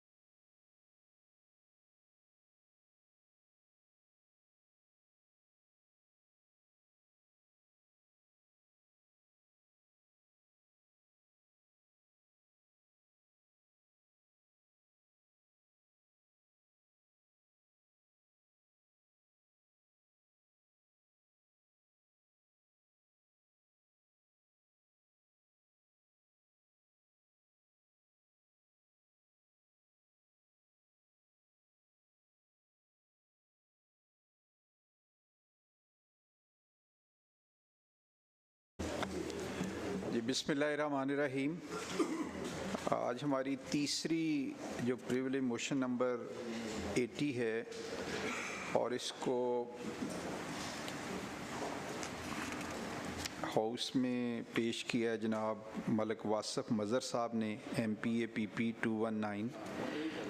तो मैं मलिक साहब से गुजारिश करूँगा कि वो इस प्रिविलेज मोशन को पढ़ दें ताकि कमेटी को उससे आगाही हो सके आपके इशू। शुक्रिया जनाब चेयरमैन। बिस्मिल्लाहिर्रहमानिर्रहीम। मामला ये है कि मैं अपने मोबाइल फ़ोन से executive director Chaudhry Parvez Elahi Institute of Cardiology Multan को उनके ज़ाती मोबाइल नंबर 0333647488 और इनके दफ्तर के नंबर पर 11 मार्च 2025 से लेकर मौरखा 19 अगस्त 2025 तक मुतअद्दिद बार फ़ोन कॉल्स कर चुका हूँ। और इनके पीए को पैगाम भी दे चुका हूं कि मैं मफाद आमा के काम के सिलसिले में उनसे बात करना चाहता हूं, लेकिन मौसूफ एग्जीक्यूटिव डायरेक्टर डॉक्टर मुजतबा साहब ने आज तक मेरी कॉल अटेंड करना गवारा नहीं किया और ना ही इनके पीए ने मेरा रब्ता कराया है। जनाब स्पीकर, मैं एक मुंतखब अवामी नुमाइंदा हूँ और लोगों के वोट लेकर इस अवाम में पहुँचा हूँ। अवाम के जायज़ काम कराना मेरे फ़राइज़ में शामिल है, लेकिन एग्जीक्यूटिव डायरेक्टर इतने अरसे से मुझे नज़रअंदाज कर रहे और मुतअद्दिद बार कॉल्स करने के बावजूद मुझसे जानबूझकर बात करना गवारा नहीं किया और ना ही वापस कोई मैसेज किया, जिसकी वजह से बतौर अवामी नुमाइंदा मेरी सियासी साख को नुकसान पहुँचा है, जिससे न सिर्फ बतौर अवामी नुमाइंदा मेरा बल्कि इस ऐवान का इस्तेकाक मजरू हुआ है। लिहाजा मेरी इस तहरीक को बाज़ाब्ता करा। जी बहुत शुक्रिया। इससे पहले कि हम इस प्रोसीडिंग को आगे बढ़ाएं, जो ऑफिसर्स तशरीफ़ लाए हैं वो अपना तारुफ करा दें ज़रा। अस्सलाम वालेकुम सर, मेरा नाम बीनिश फातिमा साही है और मैं special secretary development and reform हूँ स्पेशलाइज्ड हेल्थ केयर में। सर सेक्रेटरी साहब चूँकि इस्लामाबाद में थे तो फिर हाँ नहीं, उनका रिटर्न भी आया, इतला आई है। जी अस्सलाम वालेकुम सर, मेरा नाम डॉक्टर मोहम्मद मुजतबा अली सिद्दीकी है। मैं professor of cardiac surgery and executive director cardiology institute Multan से बिलोंग करता हूँ। अस्सलाम वालेकुम सर, मेरा नाम सर हमादुर रब है। मैं हूँ sir director budget specialized health care department में और मैडम को असिस्ट करता हूँ सर। जी मलिक साहब, आप इस पे कोई स्टेटमेंट को देना चाहेंगे मज़ीद? सर या उनका जवाब सुन लिया जाए? जवाब सुन लिया जाए। सुन ले तो ज़्यादा जी आप हलफनामा दें, वो ज़रा ये पढ़ें जी, ज़रा वो आपको देते हैं, उसके बाद आप अपनी स्टेटमेंट दें।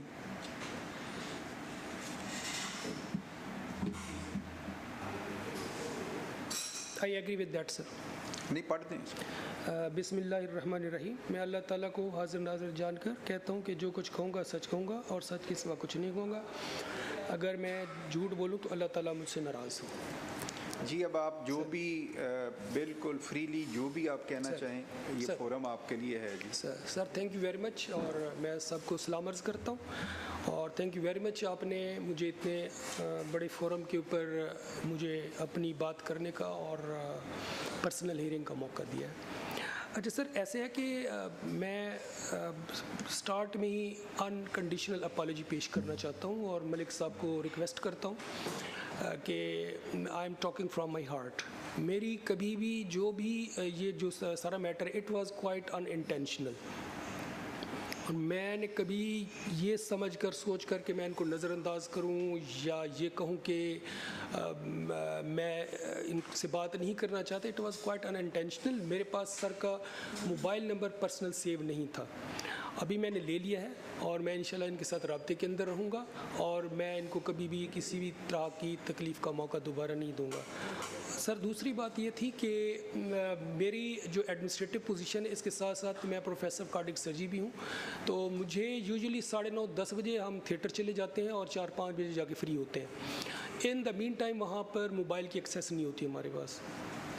मेरी आदत यह है कि सर कि मैं अपना मोबाइल अपने पीएज़ को दे के चला जाता हूँ और वो फिर इवन बाज़ का ऐसा होता है कि सेक्रेटरी साहब की भी कॉल्स आई होती हैं, हम फिर उनके ऊपर रिंग बैक करते हैं और जो नंबर सेव्ड होते हैं सर तो उनके ऊपर हम बैठ के बाद में शाम को रिंग बैक करके कम्युनिकेट कर लेते हैं।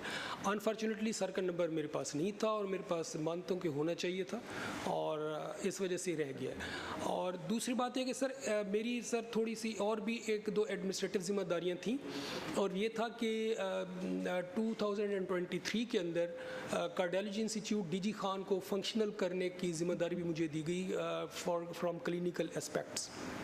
तो मैं वहाँ भी जाता था, वहाँ पर हमने ओपीडी सर्विसेज और इंडोर, फिर हमने कैथ लैब, एंजियोग्राफी सर्विसेज और सर्जरी की सर्विसेज स्टार्ट की और उसके लिए मुझे फ्रीक्वेंट वहाँ भी विज़िट करना पड़ता था और हम मुल्तान से अपनी टीम बना के ले जाते थे, सामान ले जाते थे, वहाँ जाके स्टार्ट, और अल्हम्दुलिल्लाह वो फंक्शनल है। अभी रिसेंटली वहाँ पर गवर्नमेंट ने वहाँ पर प्रॉपर एग्जीक्यूटिव डायरेक्टर को तैनात कर दिया है। अच्छा, in the mean time sir Sahiwal institute of cardiology को भी गवर्नमेंट फंक्शनल करना चाह रही है, तो 24 जून ऑनवर्ड्स उसके भी मैं फ्रीक्वेंट विजिट्स कर चुका हूँ। इस मामले में भी हमारा इंस्टीट्यूट इन्वॉल्व है। अभी आपने देखा होगा कि रिसेंटली कुछ दिन पहले वहाँ पर लास्ट वीक में हमने कुछ एंजियोग्राफी स्टार्ट की है, उसके भी सर बैकअप सर्विसेज हम दे रहे हैं। उसका इवन यहाँ तक कि डिस्पोजेबल जो उनके अंदर यूज़ हो रहा है वो भी हम ही प्रोवाइड कर रहे हैं, और हमने उनकी ट्रेनिंग और सारी उसकी भी बंदोबस्त किया है। तो इन सारी एक्टिविटीज़ के अंदर थिएटर है, एडमिनिस्ट्रेशन है और सारी चीज़ों के अंदर तो आई कैन से दैट कि मेरी कोताही है कि कुछ नंबर्स, बहुत सारे कम्युनिकेशंस जो होती हैं वो मिस हो गई हैं, और मैं एक दफ़ा फिर मलिक साहब से रिक्वेस्ट करता हूँ कि मैं इनके पास आऊँगा और मेरी अपॉलॉजी को एक्सेप्ट कर लें। जी मलिक साहब, मेरा ख्याल उन्होंने अब आप अगर कुछ कहें, if you may allow me please sir. Sir thank you very much sir, I respect कि उन्होंने जिस तरह बात की, मगर सर ये मेरी ज़ात का क्वेश्चन नहीं है, मैं बल्कि यहाँ पे इन्होंने तो काफ़ी लंबी चौड़ी ज़ाहिर रिस्पॉन्सिबिलिटीज़ गवर्नमेंट ने इनको दी हुई हैं, तो ये उसको कर भी रहे हैं। मैं सर इनके उसमें थोड़ा सा गुजारिश करूँगा कि मेरा सर भांजा कार्डियक पेशेंट रहा है और 10 दिन सर CCU में रहा है मुल्तान कार्डियोलॉजी में। मैं कभी नहीं गया, मुझे ज़रूरत ही नहीं थी, मेरा होता रहा है सर उसमें जो अटेंडेंट, और मेरा कोई ज़ाती ग्रज इनके बारे में अब भी नहीं है ना पहले था, ये तो मैं इनकी जवाब दें। दूसरा सर मैंने व्हाट्सएप से सर कॉल्स किए हैं, आप सारे दोस्त ऑनरेबल व्हाट्सएप यूज़ करते भी हैं, व्हाट्सएप पे मेरी तस्वीर भी लगी हुई है सर, मेरा नाम भी आता है। और सर 11 मार्च को मैंने पहली दफ़ा कॉल की, जैसे डॉक्टर साहब ने फरमाया कि ये सर्जरी में होते हैं, बिल्कुल इनके PA से मेरी बात हुई, उन्होंने कहा डॉक्टर साहब सर्जरी में, मैंने कहा चलें मेरा नाम नोट कर लें, आ भी गया होगा मेरा नाम, उसने कहा ठीक जी सर मेरे पास आ गया, मैं नोट कर लेता हूँ, मैं डॉक्टर साहब से बात करवा दूँगा। सर वो आज तक कॉल बैक नहीं आई। उसके बाद मैं सर 8 मई को किया, 16 जुलाई को किया, 17 जुलाई को किया, 29 जुलाई को किया, 19 अगस्त को मैंने लास्ट कॉल इनको की है। ये सारी कॉल्स के जवाब में सर कोई मुझे न इन्होंने अटेंड की है न इन्होंने जवाब देना गवारा किया है। और सर ये जो मैं कॉल्स इनको करता रहा हूँ गाए बगाए, सर एक पेशेंट था ज़फ़र अहमद नाम का, सर मेरा प्राइमरी स्कूल का सर क्लास फेलो है सर, आई एम प्राउड कि मैं सरकारी स्कूल में पढ़ा हूँ। वो सर गरीब आदमी है, पोस्टमैन है, उसके भाई का सर ऑपरेशन था, ओपन सर्जरी थी, and he is like sir 33 years old, young बंदा है। जैसे हमारे यहाँ ट्रेंड है सर प्राइवेट उसने दिखाया, यही कार्डियोलॉजी में सर आप पता नहीं गवर्नमेंट ने लगा दिया कि शाम को डॉक्टर्स यही सरकारी डॉक्टर प्राइवेटली बैठते हैं, वो उसने दिखाया। जब उन्होंने उसको सजेस्ट किया कि सर ओपन हार्ट सर्जरी होनी है, गरीब आदमी था, अफोर्ड नहीं कर सकता था, उसने मेरे से रब्ता किया सर, मैंने डॉक्टर साहब से रब्ता करने की कोशिश की, रब्ता ना हुआ सर। मैंने इनके एक डायरेक्टर हैं सर डॉक्टर फरहान साहब, और MS से उस वक्त इकबाल खान साहब, मैंने उनसे रब्ता किया। मेरी अंडरस्टैंडिंग नहीं थी कि सर कि ये ऑपरेशन की सारी रिस्पॉन्सिबिलिटी इनके पास ED साहब आप फाइनल करते हैं, जो भी जिसको भी इन्होंने ऑपरेट करना है।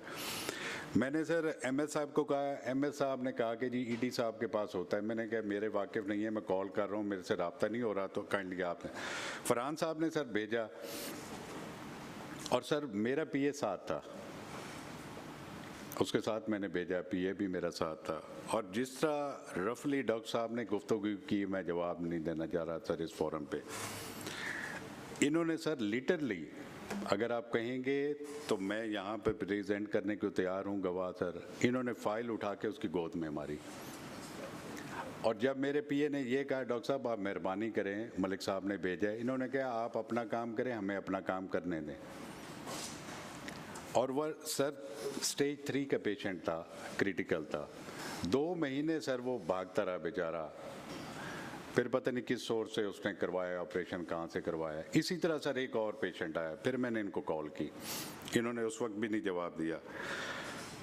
मेरे कॉन्स्टिट्यूंसी का है वो लड़का sir, he was 35 years old sir, इन्हीं के हाथ का लिखा हुआ है सर।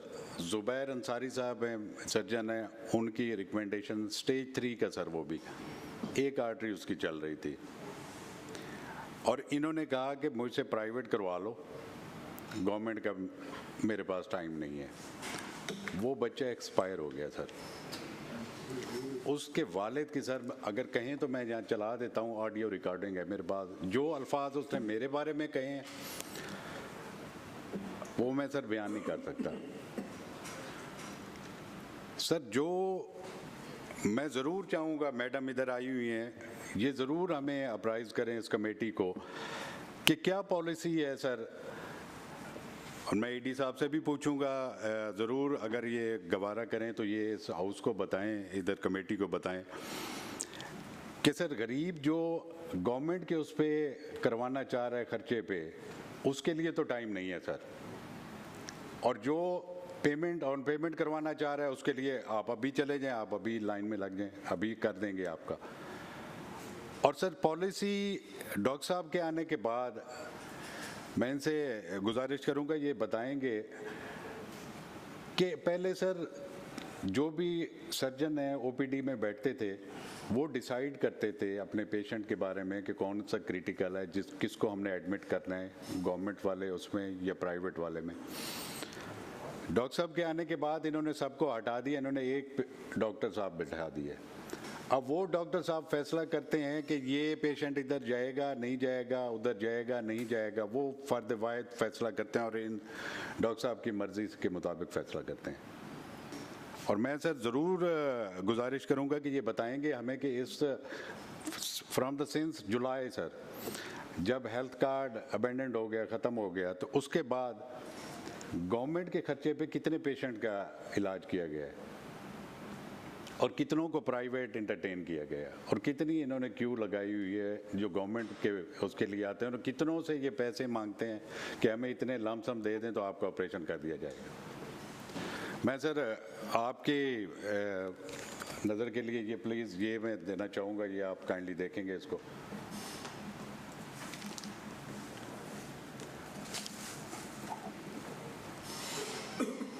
सर डॉक्टर साहब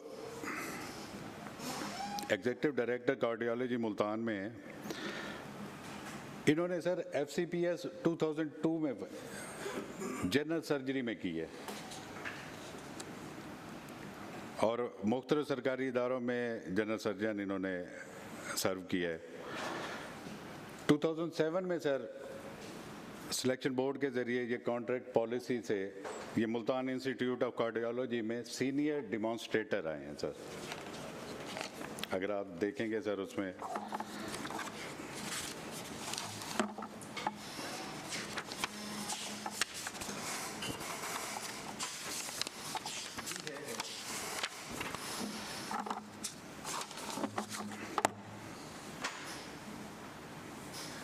सर ये जनरल सर्जन थे और सीनियर डिमॉन्स्ट्रेटर थे। कार्डियक का इनको कोई एक्सपीरियंस नहीं था, ना इनका तजर्बा था, ना इनकी एजुकेशन थी।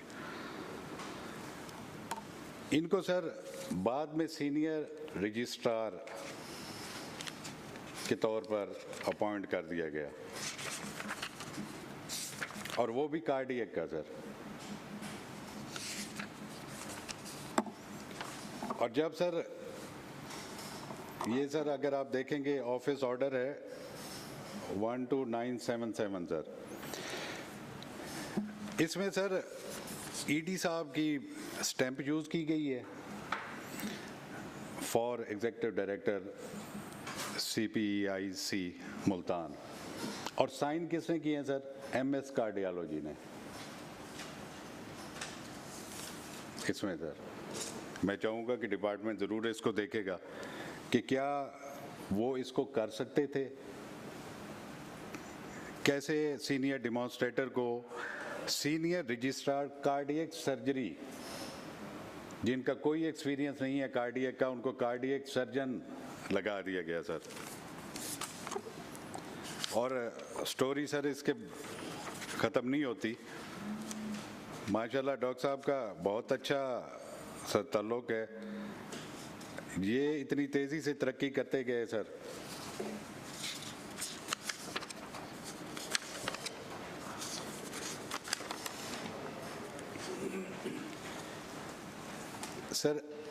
280411 2011 में ये सीनियर कार्डियक सर्जन अपॉइंट हो चुके हैं और 2011 में इन्होंने जॉइनिंग रिपोर्ट दी। Respected sir, it is submitted that I have to inform you that I have joined the cardiology department to complete my rotation or FCPS 2 cardiac surgery with effect from 3rd April to 2 October 2011.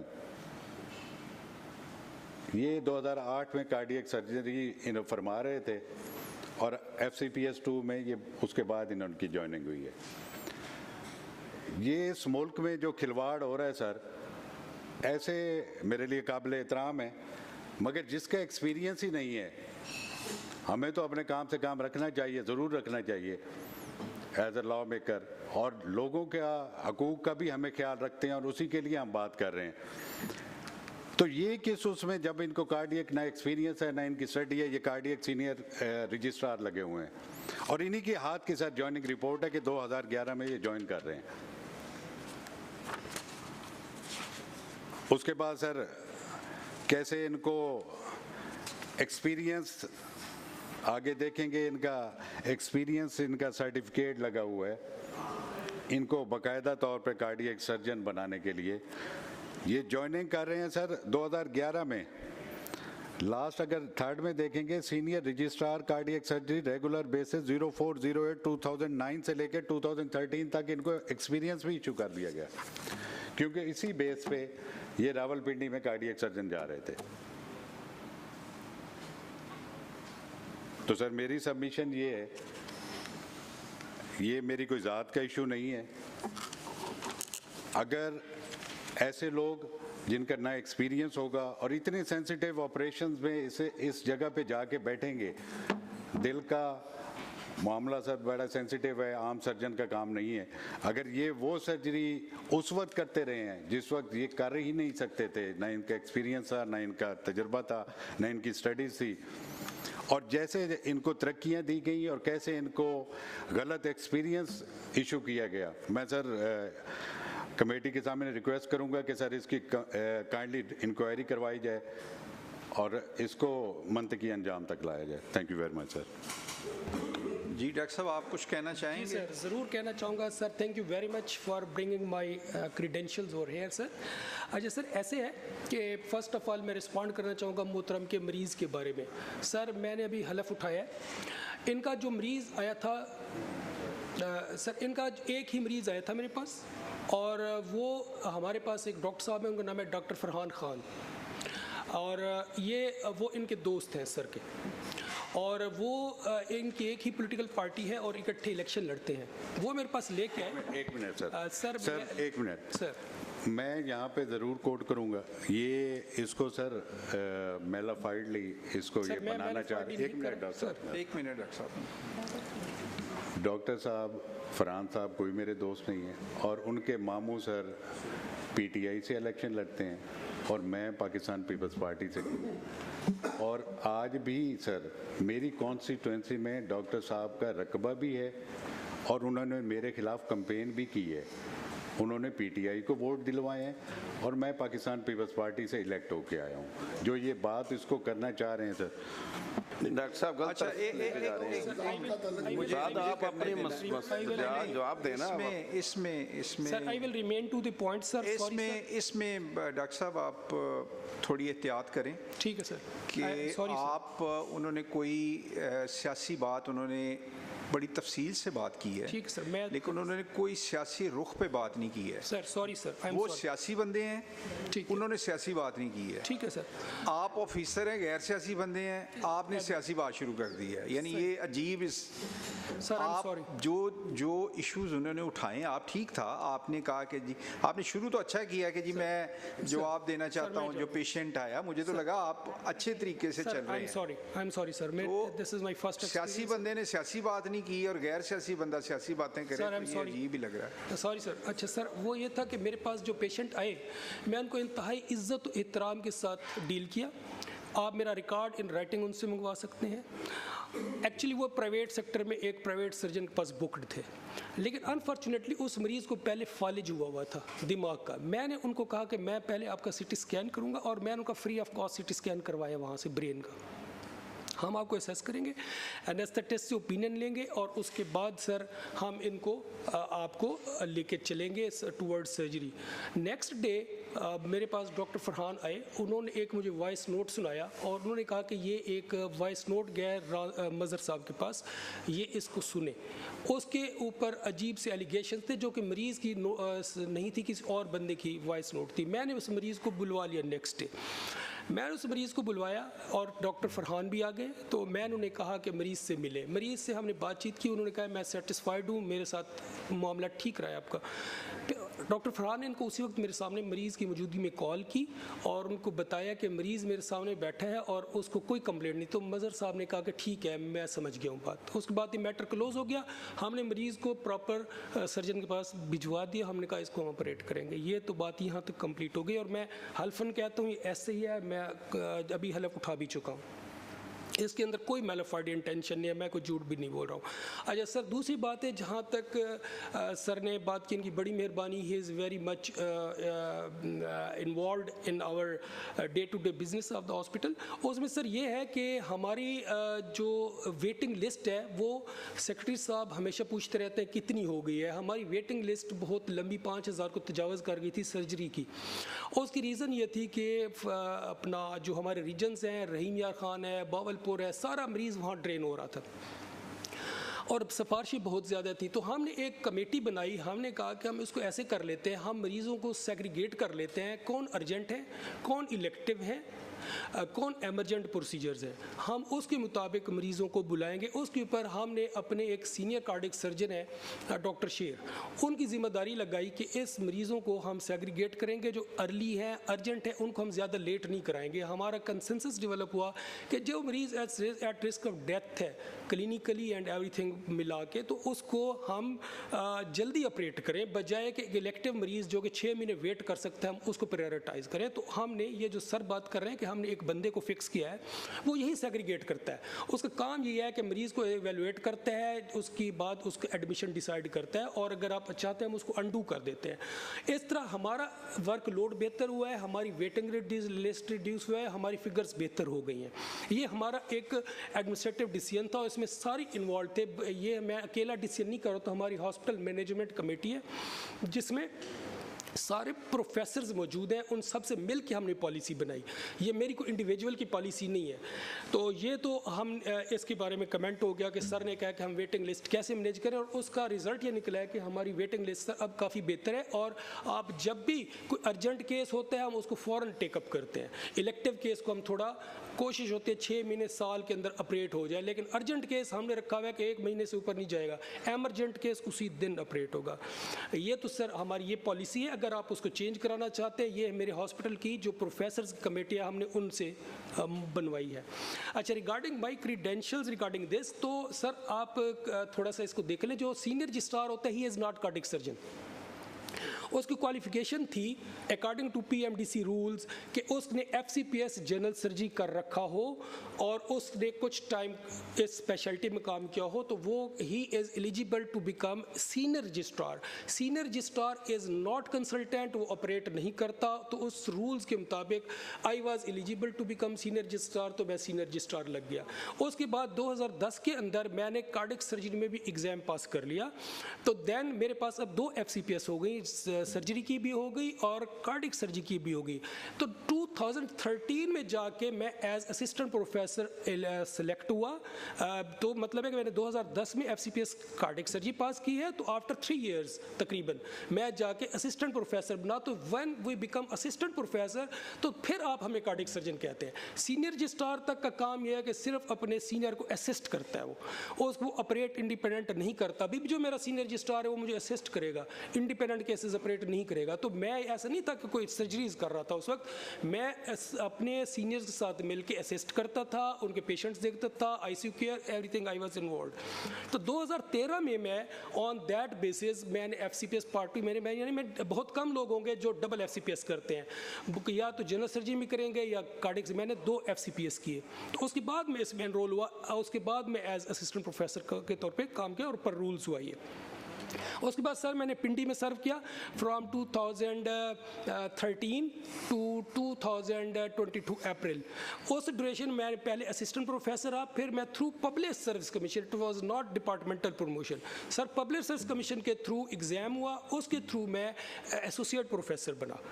ठीक है sir, तो ये sir kindly record दुरुस्त कर लें, it was as per rules, और आपको किसी ने खुदा न खास्ता मिस गाइड किया है तो मैं हाजिर हूँ सर, मैं आपको फिर अपॉलॉजी करता हूँ सर। मेरी आपके साथ कोई पर्सनल नहीं है, मैं किसी के साथ भी पर्सनल नहीं हूँ। मेरे वालिद इस्लामियात के टीचर थे और उन्होंने हमें यही सिखाया अपने बुजुर्गों का एहतराम करें, अपने सीनियर्स का एहतराम। मैं अभी भी अवेलेबल हूँ सर, आप जिस वक्त जिस भी मरीज़ को मेरे लिए भेजना चाहें, आप मेरे लिए काबिल एहतराम है, पूरा हाउस मेरे लिए काबिल एहतराम है sir. I again feel sorry for that sir. Doctor साहब, इस तरह है कि आपकी बात सुन ली है और अब ये है, एक तो ये काम करें कि कोई और प्रिविलेज मोशन ना आ जाए।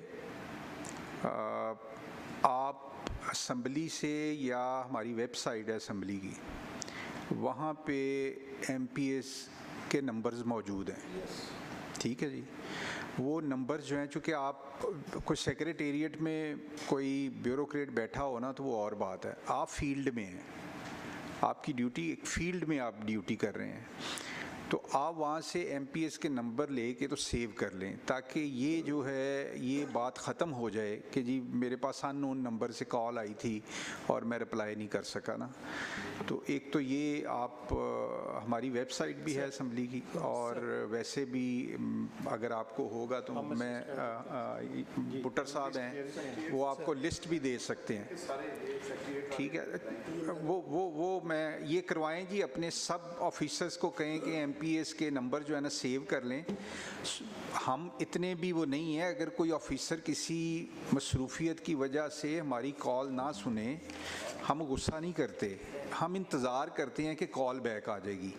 हमारा गुस्सा उस वक्त होता है कि जब 1 दिन 2 दिन 4 दिन कॉल बैक ना आए, तो फिर एक होता है कि, तो ये आप डायरेक्शन अपने पूरे डिपार्टमेंट को दो, जो बिलखसूस फील्ड में जो आपके एमएस और एडमिनिस्ट्रेटर हैं उन सबको। एक तो ये हो गई बात जी सर, अगर आप इजाज़त दें, सॉरी बात, हाँ नहीं कर लें फिर आप। ये एक थोड़ा सा गैप हमने फिर आइडेंटिफाई किया, डॉक्टर साहब के साथ ये बात हुई कि there should have been a liaison officer जिसको फिर पता हो। मतलब एक पीए अगर अपनी इतनी नालायकी दिखा रहा है और वो इसको चीज़ों की सेंसिटिविटी का अंदाज़ा नहीं है, तो there should be an officer जो लाइजॉन ऑफिसर हो और जो फिर इस चीज़ को इंश्योर करे कि ऐसी कोई इंसिडेंट नहीं। वो आपने अपॉइंट किया हुआ है कोई? सर अभी डॉक्टर साहब को हमने कहा है, ये जाते ही अपॉइंट करते हैं सर।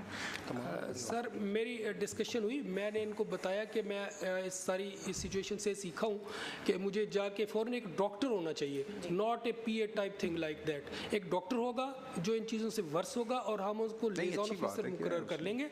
और अगर आप बेशक असम्बली भी डायरेक्ट करना चाहिए हमें तो भी ठीक है, अदरवाइज मैंने मैडम को बताया कि मैं आज जाके लेटर इशू कर दूंगा। जी मलिक साहब कर लें। तमाम बड़े जो हॉस्पिटल्स हैं जो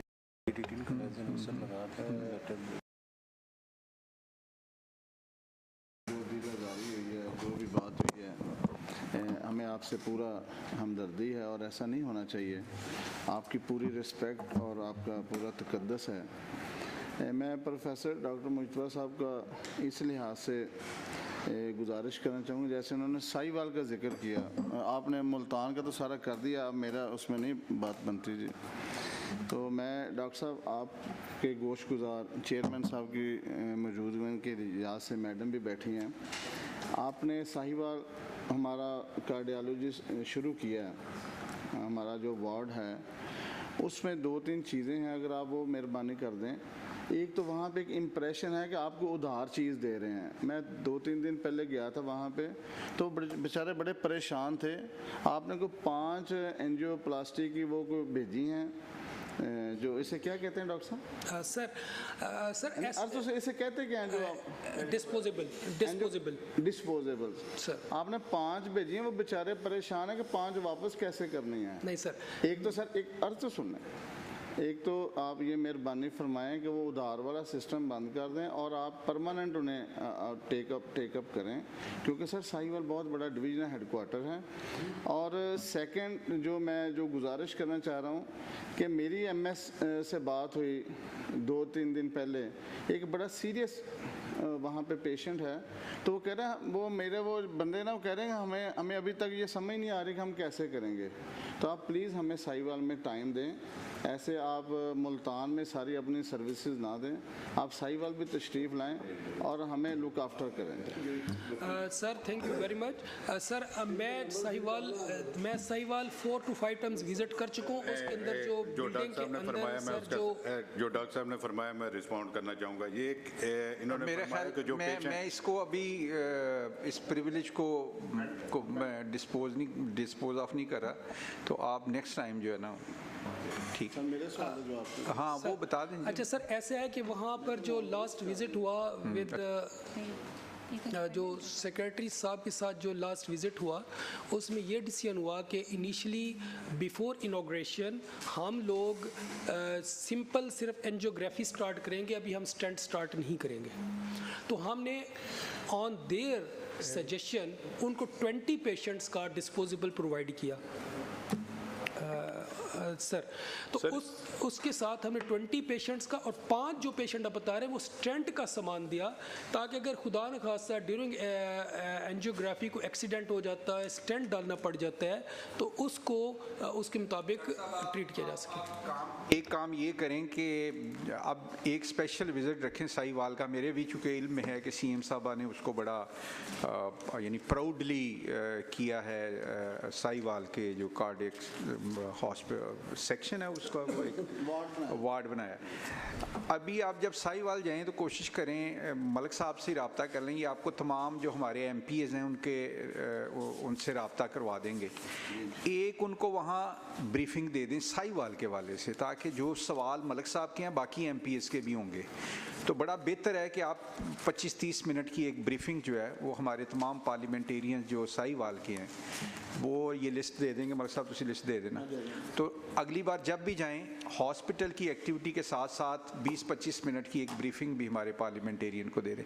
अच्छा जी, इस तुसी करनी है, मैं टाइम बहुत मैं आधे मिनट की बात करूंगा सर। ये हमारा भी ना जहाँ तहसील अहमदपुर सियाल जो है ना ये बॉर्डर पर है, उस हमें भी यही लगता है कार्डियोलॉजी मुल्तान वाले। हाँ जी हमारे सर लोगों को 2032 की तारीखें दी जा रही हैं बाईपास की जो लोग हैं। और दूसरा ये मैडम साहब बैठी हैं तो पंजाब असम्बली में भी जो नीचे है ना अद्वियात नहीं मिल रही, तो एडिशनल सेक्रेटरी साहब बैठी हैं, तो इसके लिए भी इनको कहेंगे। ठीक। अच्छा जी, इसमें ये है कि एक तो ये असम्बली की मेडिसिन का बड़ी देर से इशू है, मेरे इल्म में है, ठीक है ना जी, ये हल ही नहीं हो रहा, पता नहीं स्पीकर साहब के भी इल्म में है। ये कोई इस तरह का इशू बन गया है कि जो नाकाबिले हल है, तो वो कोई और आ जाती है, इस तरह के इश्यूज़ हैं। इसको ज़रा एक तो ये देखें। हाँ मेडिसिन नहीं आ रही मैडम, ये आपकी मौजूदगी का हमें फ़ायदा होना चाहिए। ये ज़रा मतलब प्रायोरिटी बेस पे 1-2 दिन में इसको देखें इस सारे इशू को।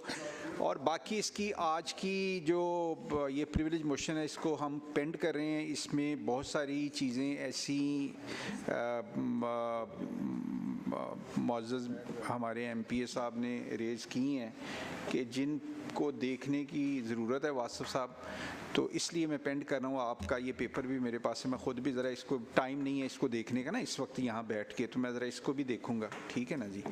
तो अगली मीटिंग में हम इस प्रिविलेज मोशन को कंटिन्यू करेंगे, देखेंगे कि इसमें क्या चीज़ें हम इसको डिस्कस कर सकते हैं। बाकी उन्होंने एक पॉजिटिव है आज की इस प्रिविलेज मोशन में कि उन्होंने आपसे माजरत कर ली है अगर कुछ ऐसा हुआ है, तो वो आप और उनका है मामला, ठीक है ना जी। लेकिन इस चीज़ को मैं इंशाअल्लाह ताला मैं देखूँगा। बहुत शुक्रिया जी सबका। Thank you sir.